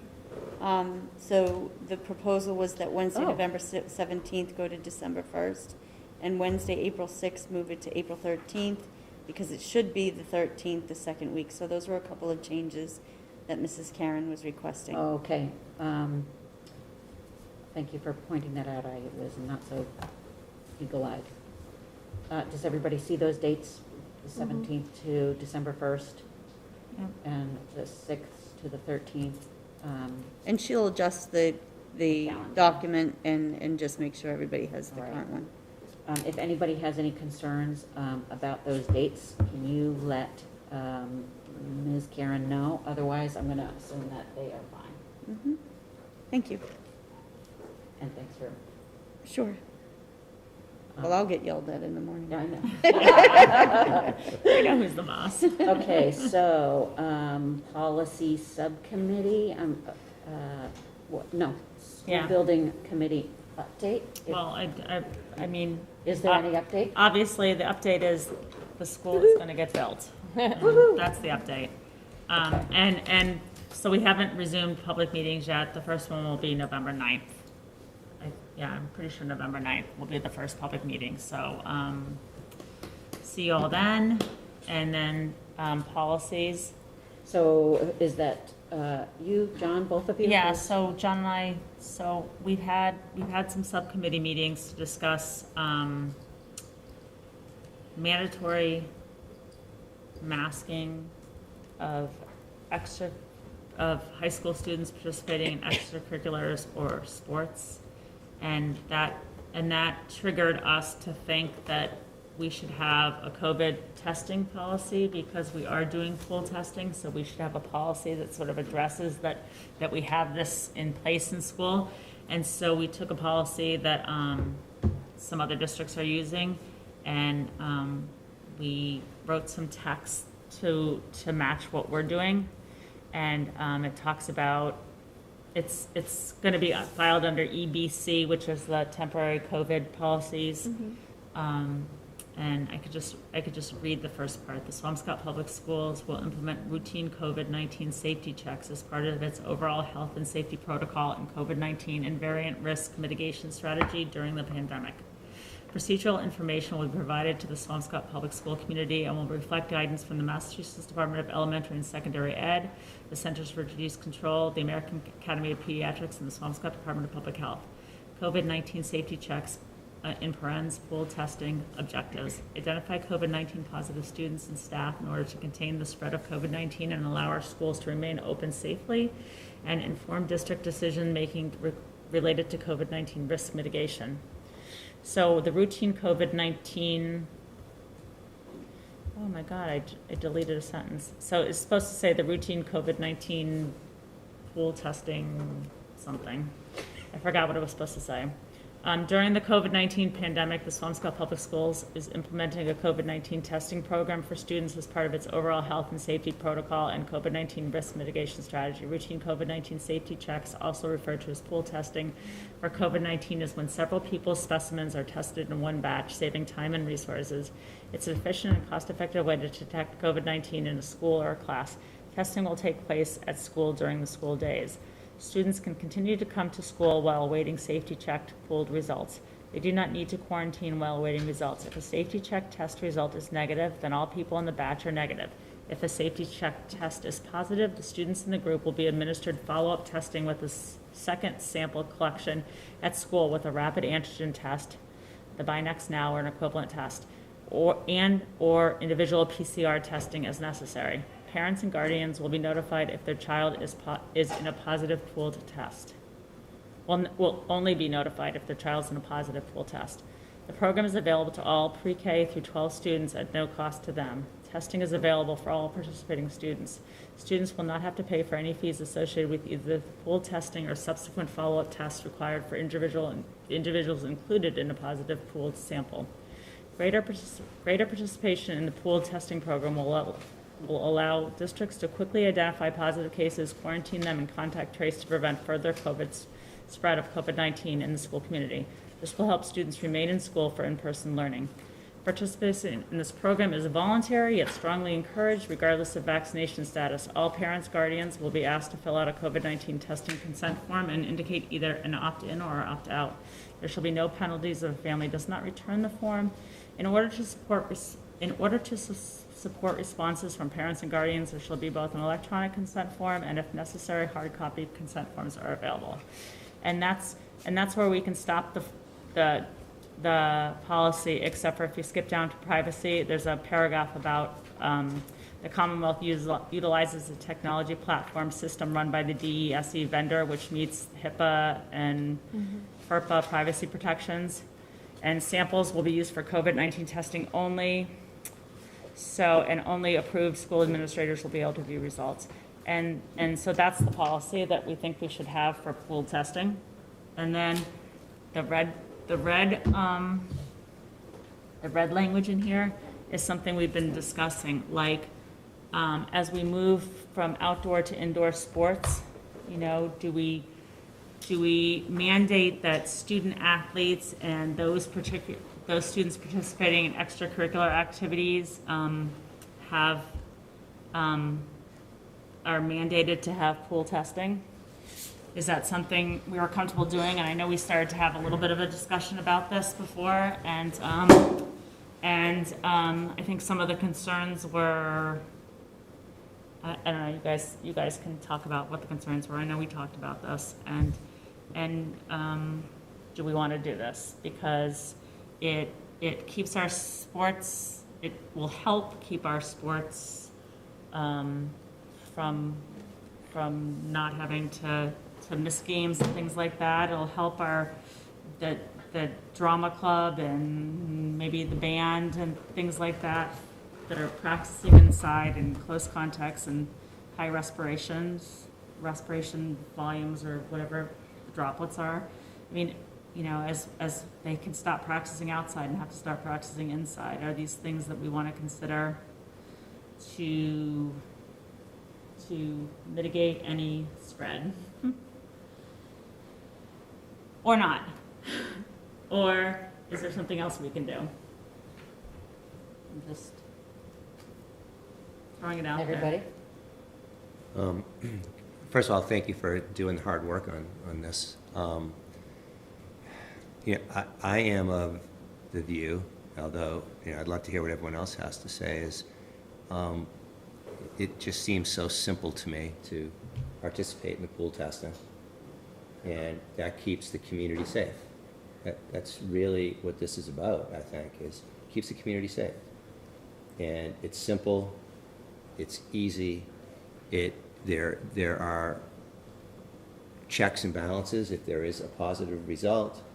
We're not saying you have to stay home, we're simply saying you have to take then a secondary test, which we provide at no cost.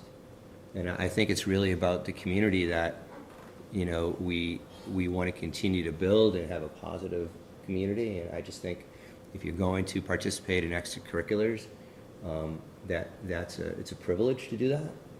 And I think with that privilege comes some sort of responsibility. And I think the pool testing really is a simple responsibility to be mandated by us. That's just my opinion. Would you limit it to high school? Would it be all grades? What about middle school?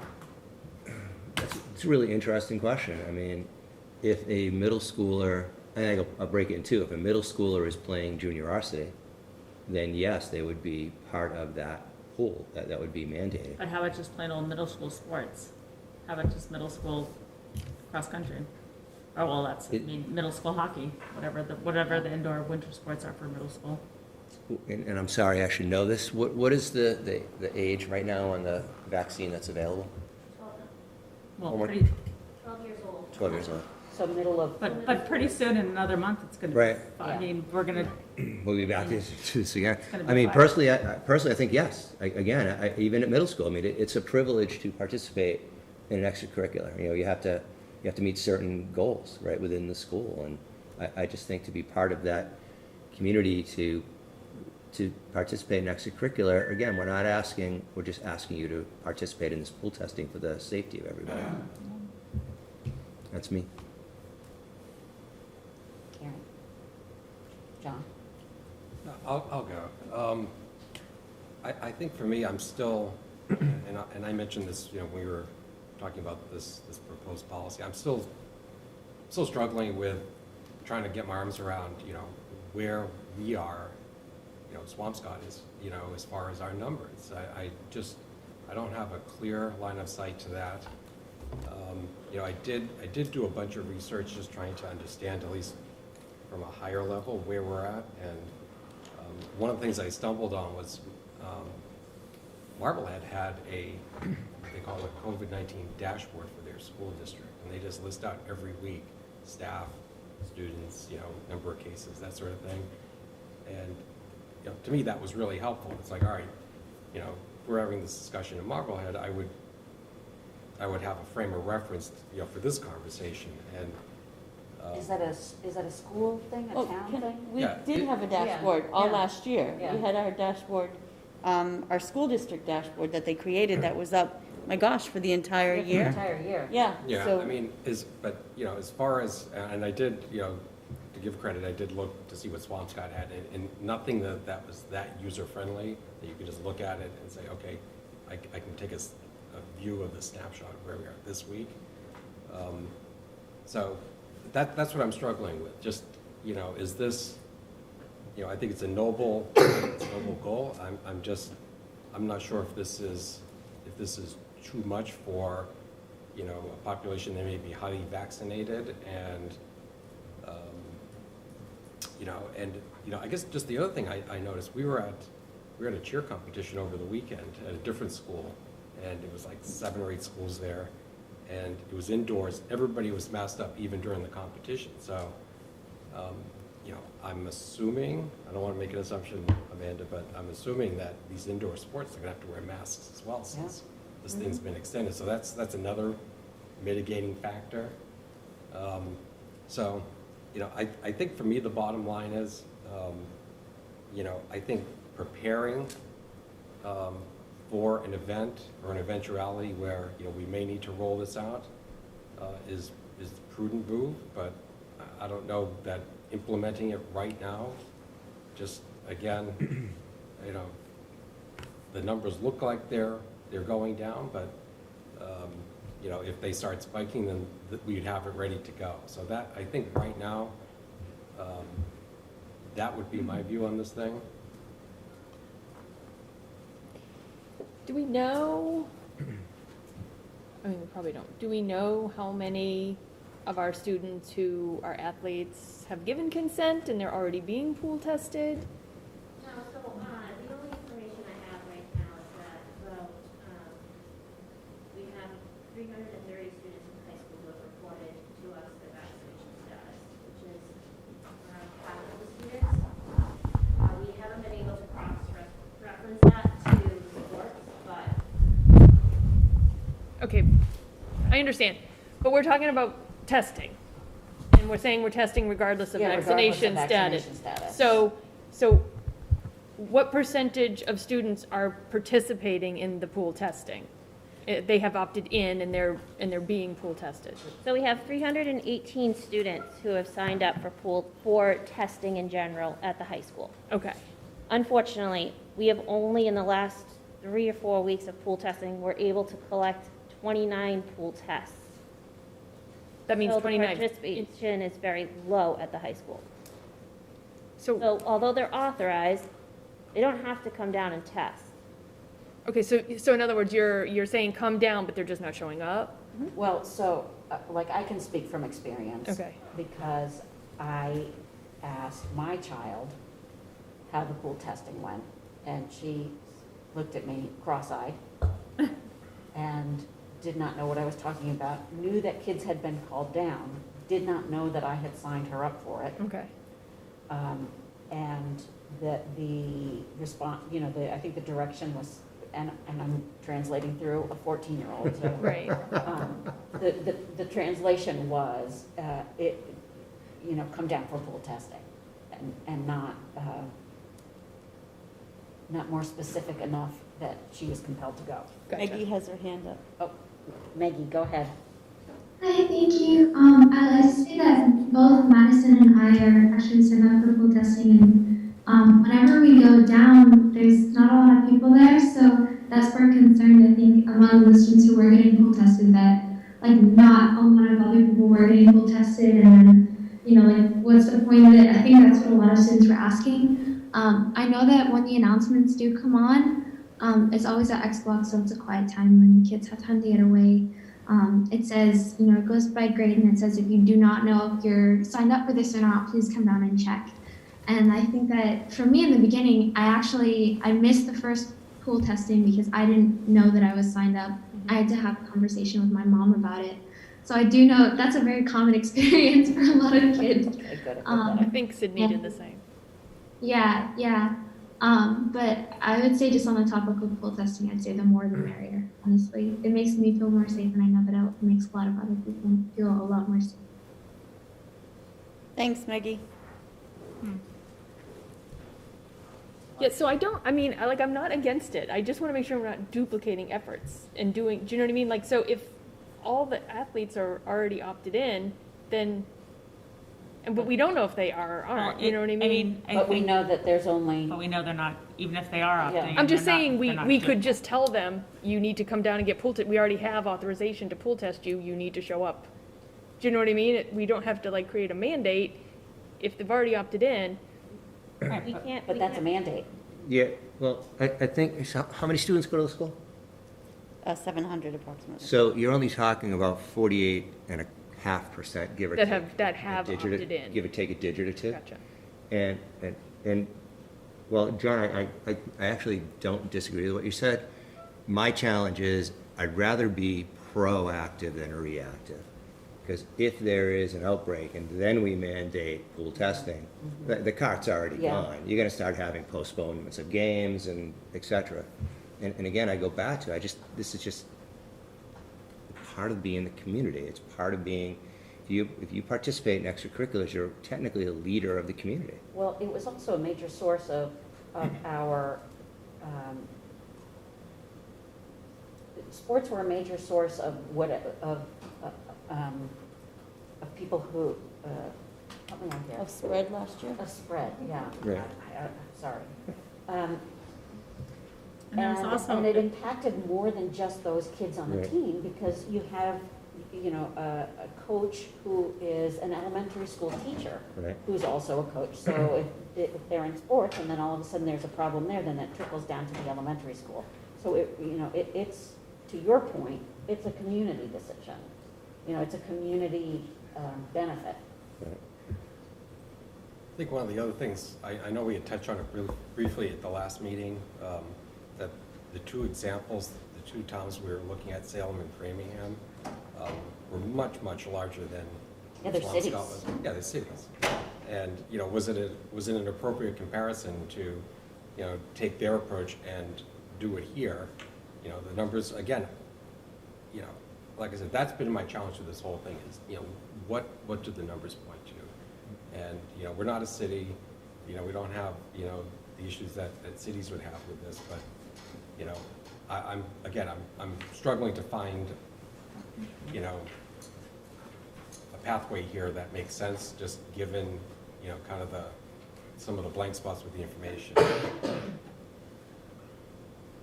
Yeah, I don't disagree with that because,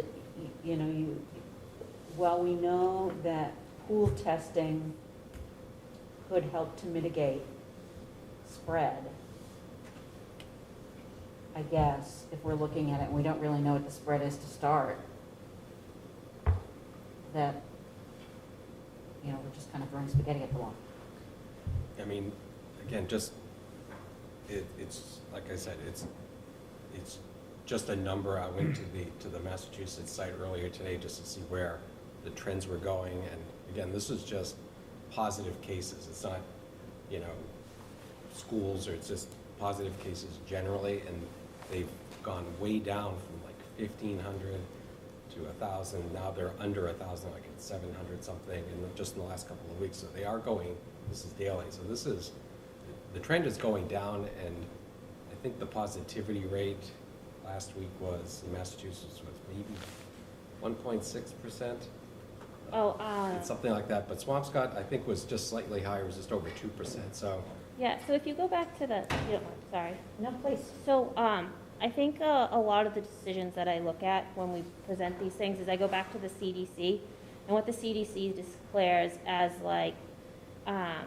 there are recommendations for the level of community transmission, and that's a lot of what you're talking right now. Essex County is still considered high to red transmission, and one of the CDC's recommendations for K through 12 is canceling or holding high-risk sports, which we don't want to do. But another part of it is it says, recommend screening testing for high-risk sports and extracurricular activities at least once per week for participants who are not at least fully vaccinated. So if you go to the CDC, and even if we are going down, which is great, for substantial transmission, which is the orange category, which is what we're going to next, the recommendations are still testing for high-risk sports and extracurricular activities twice a week. So we're not far from what the CDC is still recommending for our Essex County area. And what's considered a high-risk sport? So let me see if high-risk extracurricular activities are those in which increased exhalation occurs, such as activities that are involving singing, shouting, band, or exercise, especially when conducted indoors. Okay, so basically Basically, everything. it's all sports. Right? Right. I mean, And band and chorus. Right. Yeah. Exactly. Can I just ask you, I'll ask this to you maybe. Again, granted, I'm a statistics nerd, and I get that, but isn't there, if we have a list of the 350 odd people who are pool tested, we have a list of all extracurricular kids, how difficult is it to put it in a spreadsheet, do a match, and then you have your answer? We're doing that are we trying to get them all into Aspen? I was talking a little bit earlier. That will be easier to do. Did we complete that task yet? yep, so all the submissions that we received so far are in Aspen, and that's where we pulled the numbers from.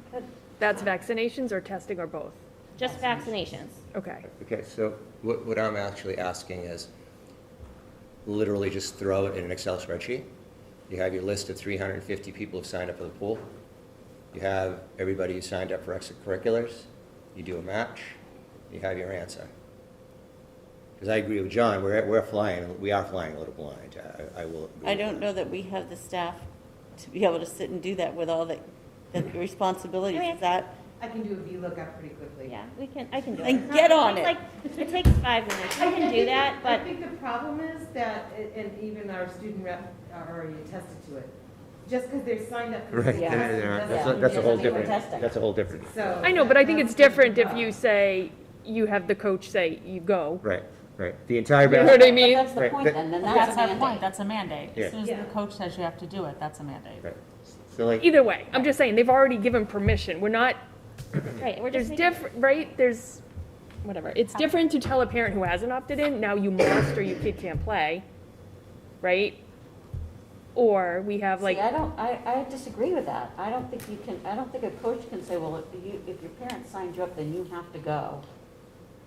And And then what if I don't know, I thought they were supposed to go. Like, your parents signed you up, when they call you, you're supposed to go. Like, I thought. So I guess I go back to the social emotional well-being. A parent might have signed a child up, but we're not requiring them to come down and get. Right, I guess that was my misunderstanding. I thought they were supposed to go. Yeah, they might not, or they might be taking a test. I don't see the social emotional well-being as part of that, but I definitely, that's just because I had no idea that I needed to, I didn't even think about the fact that I needed to tell my child, just like, Maybe there's a lot Well, of that's nice right, parents. because I thought they were gonna go, I thought you just They went. go. Like, I didn't know that it was optional, I guess is my point. So, once you were signed up.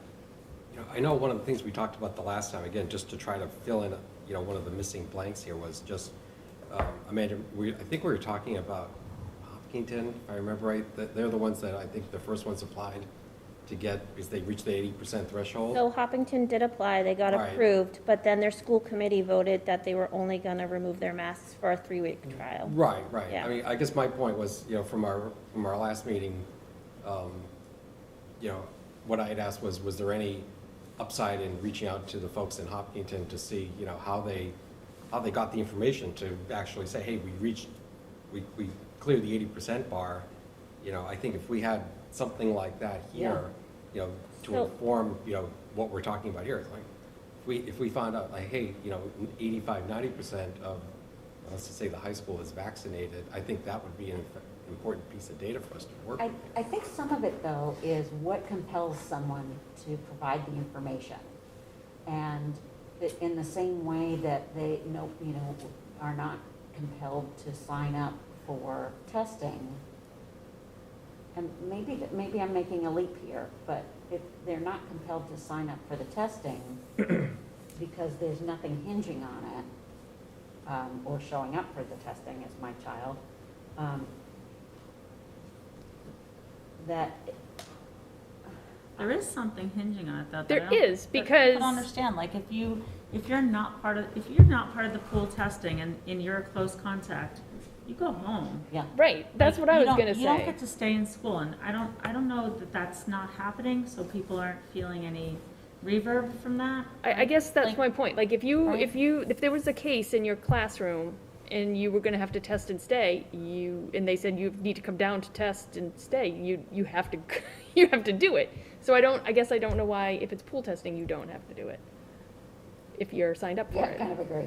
You know what I Because they're mean? identifying individuals in that scenario that are going to be test and stay. At the elementary schools, they're going into the classroom, so those students know what it's about, they don't have a problem with it. The middle school, there's an announcement every morning, if you're getting pool tested, if you have questions, come down. I think at the high school, the kids are acting a bit more independent. Yeah. And I think, parents sign them up for it, and they're picking and choosing what they want to participate in. But when it comes to the point where they're a close contact, then they're being notified, you need to come Right, down. and so- They're not being But called out in the same person- way but the for person pool who's- testing. But the person who hasn't enrolled in pool testing Has to go home. has That to go close, home. Yes. unless they're vaccinated.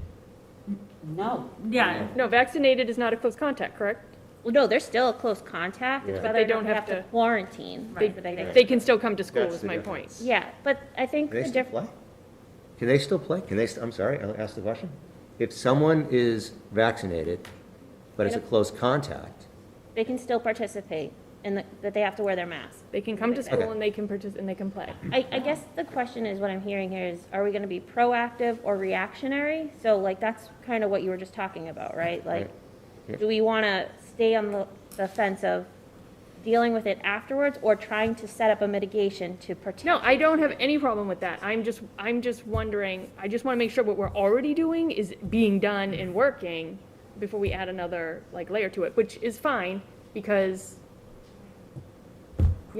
I mean, if they're gonna be indoor, I would prefer that we specify that it's for the indoor, and that, we go back to the way we've done it in the spring when we're outdoor, but So Amanda, if my child is a close contact and she is vaccinated, almost sounds like it doesn't matter whether or not I've given permission for pool test or for the Binax testing, because she could still go back to the classroom. So, well, your child would not have to do the test and stay portion of it. But where you're even fully vaccinated, you're supposed to be monitoring yourself for a full 14 days for symptoms. And at if once any symptoms start, you're supposed to self-isolate, be tested, and then wait for those results. So being a part of the program is still really beneficial, because if your student is in the building, they've been identified as a close contact, and symptoms develop, they can go down to the nurse's station and get that rapid test.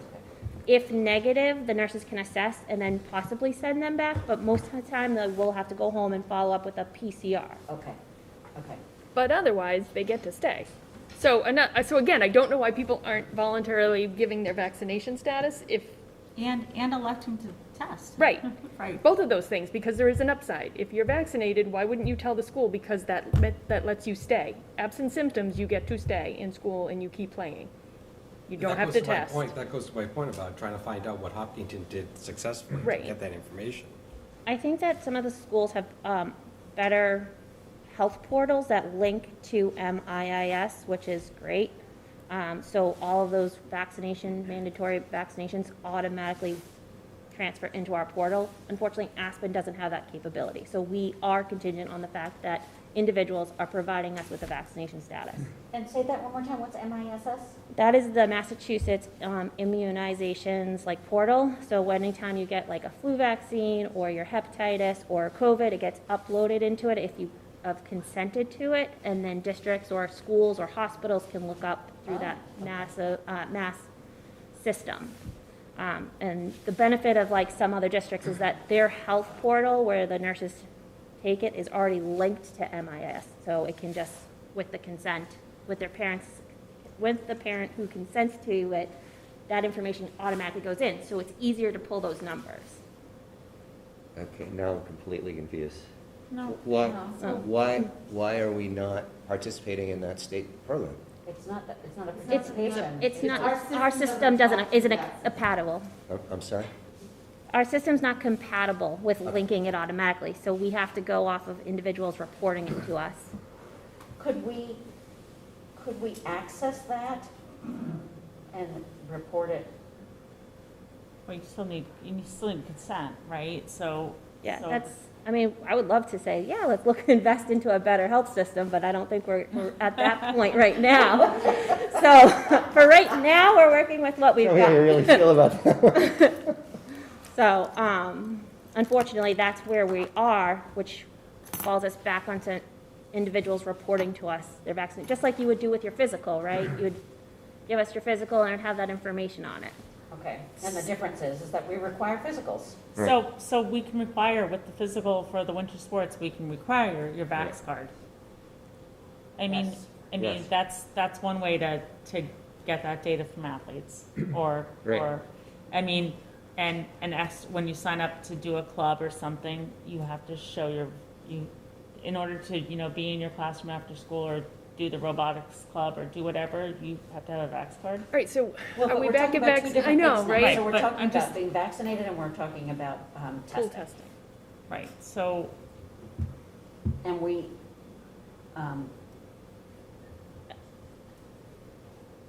I think we have I think we need to stay on the testing piece of this. Yes. Because we are not talking about vaccine mandates. We're Right. talking about testing. I am okay with the concept of pool testing in general. So if we want to pool test athletes and extracurriculars for indoor, then I think that's fine, as long as it's, but we're not delineating vaccinated, unvaccinated. We're just saying pool testing across the board. For those who haven't opted in, we need you to opt in. so what if people don't want to opt in, what if we tell them you have to have a negative test on Monday? You have to show us. Take it yourself. Take it yourself and show us on Monday, or you don't get to play that week, or you don't get to practice and I know other schools that do that. until you have a negative test. And that way. And that's each week? You're not mandating anyone to do it. You're saying you have a choice. You can either do pool testing or get your own test. Okay, Like, I'm fine with that. I'm okay with that, I mean, I'm just, because people who are concerned about, What are you thinking, Amanda? So, I mean, I think at this point, the fear is that we're still in high transmission right now. It is going down, which is good. The CDC still recommends that we implement other extra mitigations to it, so I'm in favor for that. So you should take a vote. But I would prefer that we include that it's for winter indoor sports. And that we can relook at it in the spring if we need to, yeah, for sure. but that's, once we're back outdoors, and maybe we're in a different place in the spring. We're not in the height of flu and cold season and all of that. I mean, the other good thing about the pool testing is that, to your point, in the middle of cold and flu season, and runny noses all over the place, Right. that it, all of those things that, is this like, do I have a cold, or do I have COVID? Do Right. I have allergies, or do I have COVID? That's alleviating that. so starting November 1st through, Or in order to True. participate, without a date, in order to participate in Winter sports or, sports and. although extracurriculars don't really have a start date like winter sports do, right? So Couldn't we just leave it open-ended and then say, okay, we want to revisit this in the spring?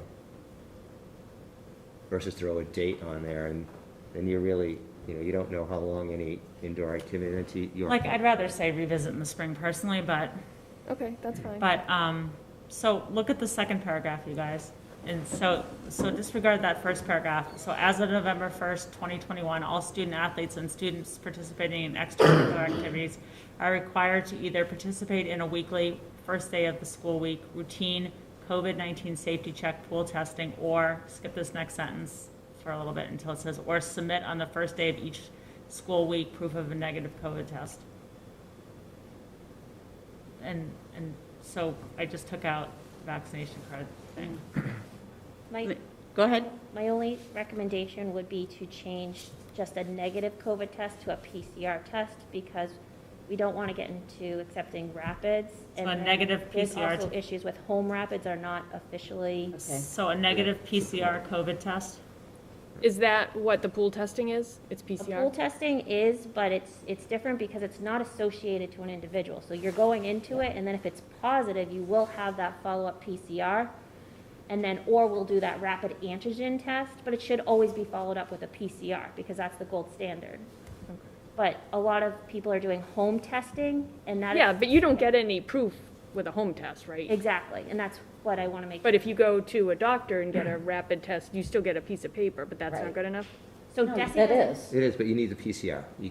So Yeah, but DESI that's not a PCR, that's the rapid oh, test oh. at a doctor's office. Yeah, so DESI says that the PCR is actually to determine whether or not someone can come back in the building or not. So I would recommend sticking with the PCR. But But that doesn't, could I be devil's advocate there and say, like, if the bar is, the pool testing, like, and you're following it up, then why not just allow it for a rapid test? So we wouldn't be normally doing the rapids all the time, right? So when you're doing the pool testing, you're taking 2 swabs. Those swabs are both PCRs. Yeah, no, I understand So that. okay, But so why when you're. not- But why, I know that PCR is the gold standard. Mhm. Why would, especially since they have to do it each week, and theoretically would have to do it on Friday in order to have it for the Monday, to turn it in on Monday, why wouldn't we just say, get a rapid test? So rapid tests are not recommended for surveillance screening because it's contingent on, the effectiveness is really contingent on your day of onset symptoms. Okay, So with every conceding day, it's lower. yeah, no, what you said about the surveillance isn't good for surveillance. Right, and then the That other makes part of sense. it too is that you could have a rapid positive and a negative PCR, and you will be considered not COVID positive. So So what are we doing in the test and stay when they go down to the nurse's office that morning to see if they can? Those are rapid tests. Okay, that's surveillance. Well, see, they're rapid tests, and then if someone from that pool, and please correct me if I'm wrong, someone from that pool then tests positive. No, I'm talking test and stay. You've got, you're a close contact because someone in your class is positive and to test to stay in school, you're getting a rapid But test. they're doing it for 5 days? So And it's they have every to- day. Right, but we're doing this every week. Symptomatic, I don't know. but that's between DESI's, that's the way DESI set up their program, right, to keep the students in the buildings. But if those individuals were symptomatic at any point, they would actually still have to stay home. Right, but that's symptoms. I don't know, I just Or feel they like we're can- making or it they really can- Or hard. they can get, well, but it's not. I mean, first of all, I'm sorry, I didn't mean to interrupt, go ahead. I mean, first of all, it's a privilege. And second of all, you're saying, we'll do this for you for free. No, I know, I don't know why anybody wouldn't do the pool testing, I'm just. No, I'm just thinking from a practical, I hear what Amanda's saying about, you know, the more comprehensive test versus the rapid one, but it's hard enough getting the kids, especially when there's multiple kids who have to go to a sporting event on the same day, you know, or trying to coordinate. You know, I'm thinking, all right, it's hard enough getting them to the game, now we gotta get them to testing. Except you don't, because you could just send them to school Or you on could Monday. just send them to school on Monday and they could be signed up for it.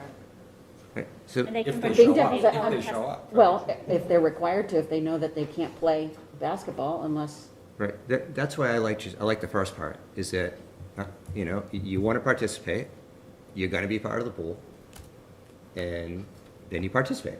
You don't want to participate in the pool, which seems to be pretty standard. Then you don't have the privilege of participating. I mean, I can go either way, but to John's point, for ease of use for the families and the students, just participate in the pool test. We're not asking you to get a PCR test. We're not asking you to go on a Friday and hopefully the results and it come out. doesn't cost anything. Right, we're just asking you to participate, be part of the community, be a leader in the community. And I'm sorry, Suzanne, I didn't quite hear what you said a few minutes ago. You said, I'm gonna take out something No, about the I just vaccination said, card? I was just saying, we could say you can either be part of the pool testing, or you can submit a test on your own. If you don't want to sign your kid up, or if that's something that you're having a problem with, you submit a test. She actually, I'm going to correct you, she actually did say what she took out was, or provide a vaccine card. Yeah, I just said, I said, forget the whole vaccine thing, because we're just talking Just about for this So testing. it's not vaccine or not vaccine, it's everybody. So that one Right. phrase, or provide a vaccine card, is out. Right, to your AD or advisor. Right, you're right. Taking out that phrase in the middle. But just to offer people, like, They can do it themselves, well, I'm just or they can saying, participate. we're not mandating that you have to sign up for this thing. You know, obviously, we're strongly encouraging it if we're making the other option hard, but. We're but not if- making it hard. But there must be some reason people aren't signing their kids up. Laziness, they have issues against it, like, Or it's just not required. That could be it too. I mean, There's tons of things that I just neglect, or that I don't do because I'm not required to. it's like a parent going to, you know, in order to play winter sports, right? You have to go to the meeting that the AD has. If it were recommended, Right, you wouldn't go. right, it's not recommended you go, it's you have to go, you have to sign the form, and you have to sit through the presentation, and that's it. That's the only way your kid can play. If it was recommended that I had to take that concussion class online, I wouldn't take it. I'm sorry, MIAA, but it's required, so I take worst it. parent ever. Sorry, Amanda. But there's a difference when something is required. And again, it's an easy, it's just easy. Okay, so let's just call the question here. So, Well, it's a first read, correct? oh yeah, it's the first read, but So let's just leave the first one. We'll leave the first sentence in there, and then I'll put something, this will be revisited for outdoor spring sports. Well, this is the first read of that, but that doesn't mean that we can't vote on the concept. I only say that because I think winter sports, people are already signing up. Right, yeah. Okay. Winter sports I agree. notifications already came out, people Does are it need signing to up, say vote so. requested, though, to follow protocol? Yeah, we don't get to vote, we Yes, don't get to you're vote right. on this. You're We don't get to vote on this, No, not Okay. tonight. Okay. No. but maybe we should start floating the possibility, just because I know people are already signing I up. think that, something would have to go home through the athletic department. Has she had the fall meetings yet? No, So no, when- like, it, like, in the you can winter? still, you can still sign up and pay, like, it's not Yeah, it's still the closed. payment. But I Yeah. think when you're signing up to pay, the form to register for pool testing should be Online. going home with those same forms to sign up and pay. I mean, that form should be in there with them and say, this needs to be returned too, because your kid is doing this. And then coaches, I mean, and then it's, Oh, please. huh? No, I just had a question, but please finish. Oh, no, I can stop talking because I'm sick of hearing myself. Sorry, it's tough for me to see from this angle. So, no, I just want to go back to that Vax card thing. I guess I didn't quite hear why we're taking that out again. Because the pool testing that we're doing everywhere else is regardless of vaccination status, so I don't know why. It doesn't really matter, because even if Yeah. you're vaccinated, you could still be you could still be. You could still You trade. could You could still still be carry- positive. You could still be positive. So I guess just having that doesn't negate it doesn't negate needing to be tested. I don't know, when I first read this, I kind of looked at it like going to the airport, it's like bring a negative test, or you bring your vaccine. That's kind of how I Right, read this. and I would have agreed if it didn't say up earlier in this that it was, all pool testing was regardless, Regardless of vaccination status. which is what it said. It does. I don't, you know. All right, so let's just, this is the first read. I'll take that paragraph out. If you guys have issues with any other language in here, So my only other comment, and this is about the policy broadly, and I don't know if it's because it is, it's COVID related, so this kind of takes it out, but it's so much more specific than all of the other policies that we have, where we have sort of taken out all of the things that are The operational things. And So there's a is lot there- of operational here. okay. So I'm not saying it's a bad thing, No, I'm just saying it's totally- different. So this came from a policy that was much longer, so a lot of Yeah. stuff has already been taken out of this. But I sort of agree with you, and I think Amanda was reading it too, thinking there was like too much procedures or protocols in here. But, But it's also hopefully not gonna last very long, I mean, in a Yeah, I good mean, world. so that's why I think in Yeah. some ways, this is COVID, it's gonna go away at the end of this, Right. yeah, I at think, the end of I this mean, year, so just leave it, think it's because fine. it, what came out of here is like, I think I tried to leave the like, nines too. we took out the operational specifics out of other policies so that it would last longer. But even the mask one says when you'll wear it, when you can take it And off and all of whereas that. this is for a very specific Right. time. Right. Okay, I'm letting it go. All right, let it go. Okay. All right, I'll fix this up a little bit and give it to Maureen to put in the drive, and you guys can read it one more time. Okay. But I think in the meantime, Mrs. Farley needs to know this is coming down. Right, the because I think pipe, 2 weeks is like almost too late. Right? Will you communicate that? Thank you. First thing tomorrow morning. Thank you. Okay, and the bullying prevention thing, so we have, so the next policy is JICFB, bullying prevention, and we have this policy, and it's like a standard MASC policy. I just rearranged a few of the bullets to look more like the document that Mrs. Raymond's been building, the bullying intervention and prevention intervention plan. So this sort of follows that kind of more closely. And so where there's red text is something new to our policy that mostly came from her document, or Acton Boxborough had the same document as us with some other just like language that was sort of more updated. I like the cyberbullying. Yeah. Yeah, that was on it already, but there was, so the chapter, the Massachusetts law was quoted in Mrs. Raymond's thing, so I thought that was important to just put in there, like, we're not just making this stuff up, right? This is like real definitions. And then what bullying entails, or what might include what kind of contact for bullying and cyberbullying were in the Acton Boxborough one. I thought was just like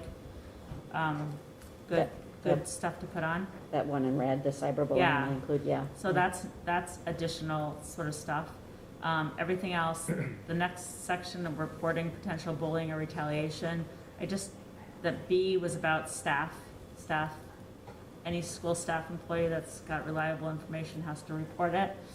Or it was just written differently in ours, like this just seemed more comprehensive than what we had. Responding to a potential bullying or retaliation by a student. This talks about making the environment, the principal or the designee, the first thing they have to do is make the environment safe. Like that's in our bullying intervention plan that wasn't part of our policy before, so I just stuck that in here. And then investigation procedures. So again, I would say if it's in the plan, why would we put it in the policy? So it's not in the, it's just that we're gonna make sure kids are safe first, and then she says how we're gonna do it. Okay. Do you know what I'm saying? Like, I think it's like a combination, it's a little bit of mine's a paragraph, hers is like 4 pages. Okay, so it basically Right. says like, as a policy, Right. your first role is to make sure everybody is Like, safe. I think you guys, even though we have this policy and it's really a current policy, like John read it over today to make sure there was no contradictions between what we're saying, and we found a few places where we said 14 days and she had said 5 days or something, so we changed it here in a timely manner or whatever, so that she could say how many days or whatever. So just made those corrections, but everything else is basically what our policy, we're not really changing our policy. Okay.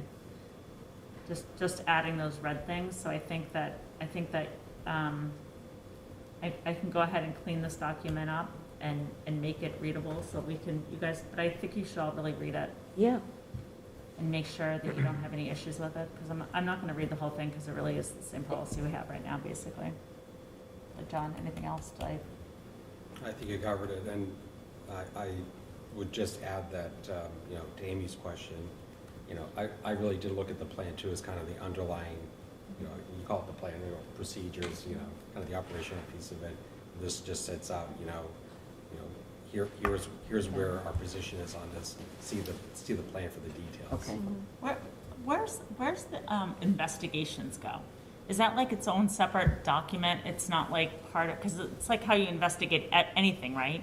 I mean, there's a separate investigation report, so anytime there's a report of any type of behavior incident that could be bullying or may not be, we have an investigation report that gets open.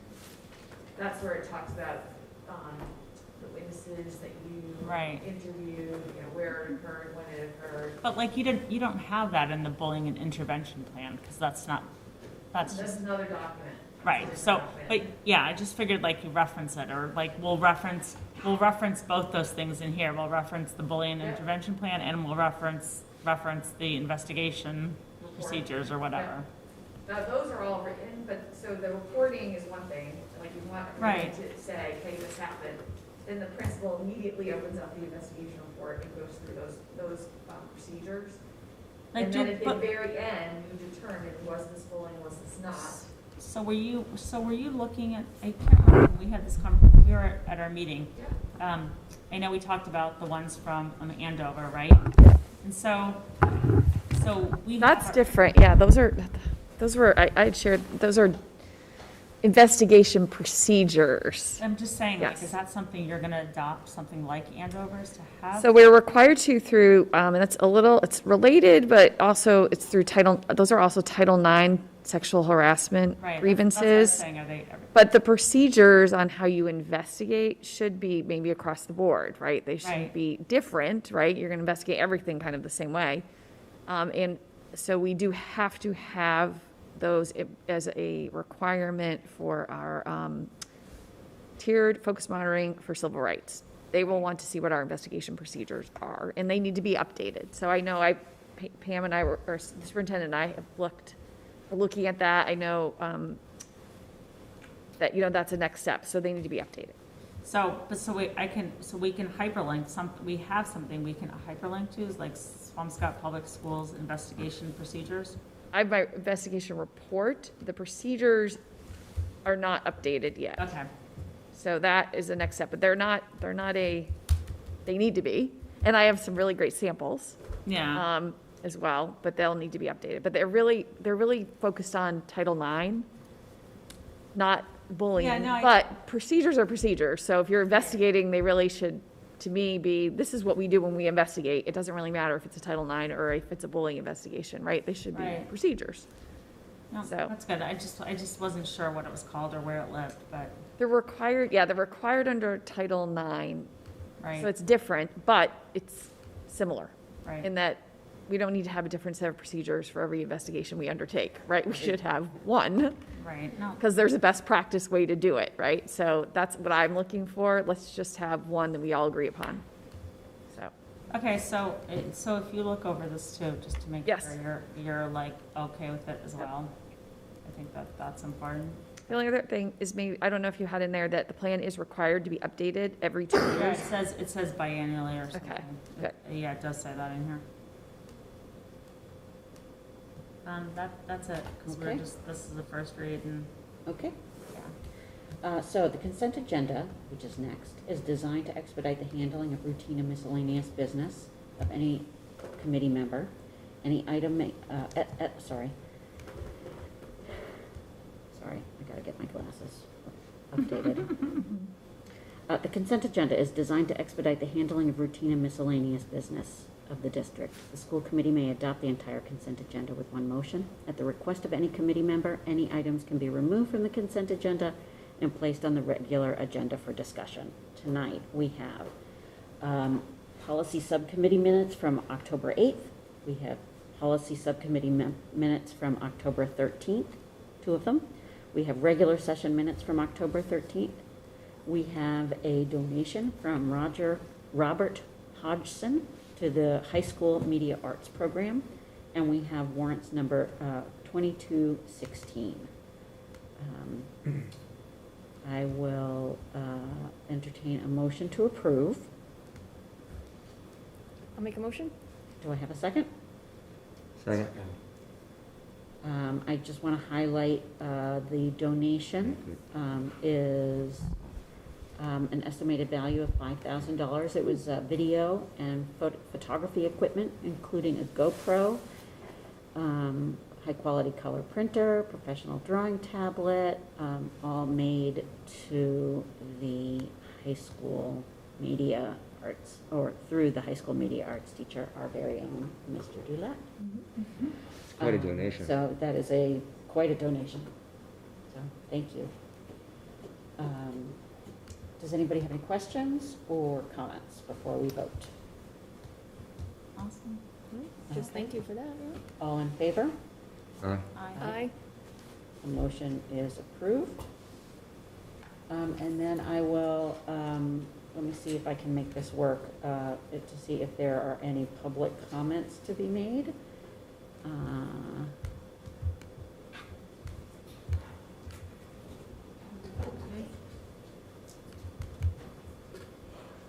Two people who are left there, as well as somebody here in the audience. Anybody for public comment? Okay. With that, I will entertain a motion to adjourn. So moved. Can I have a second? Second. It is 9:26. We are adjourned.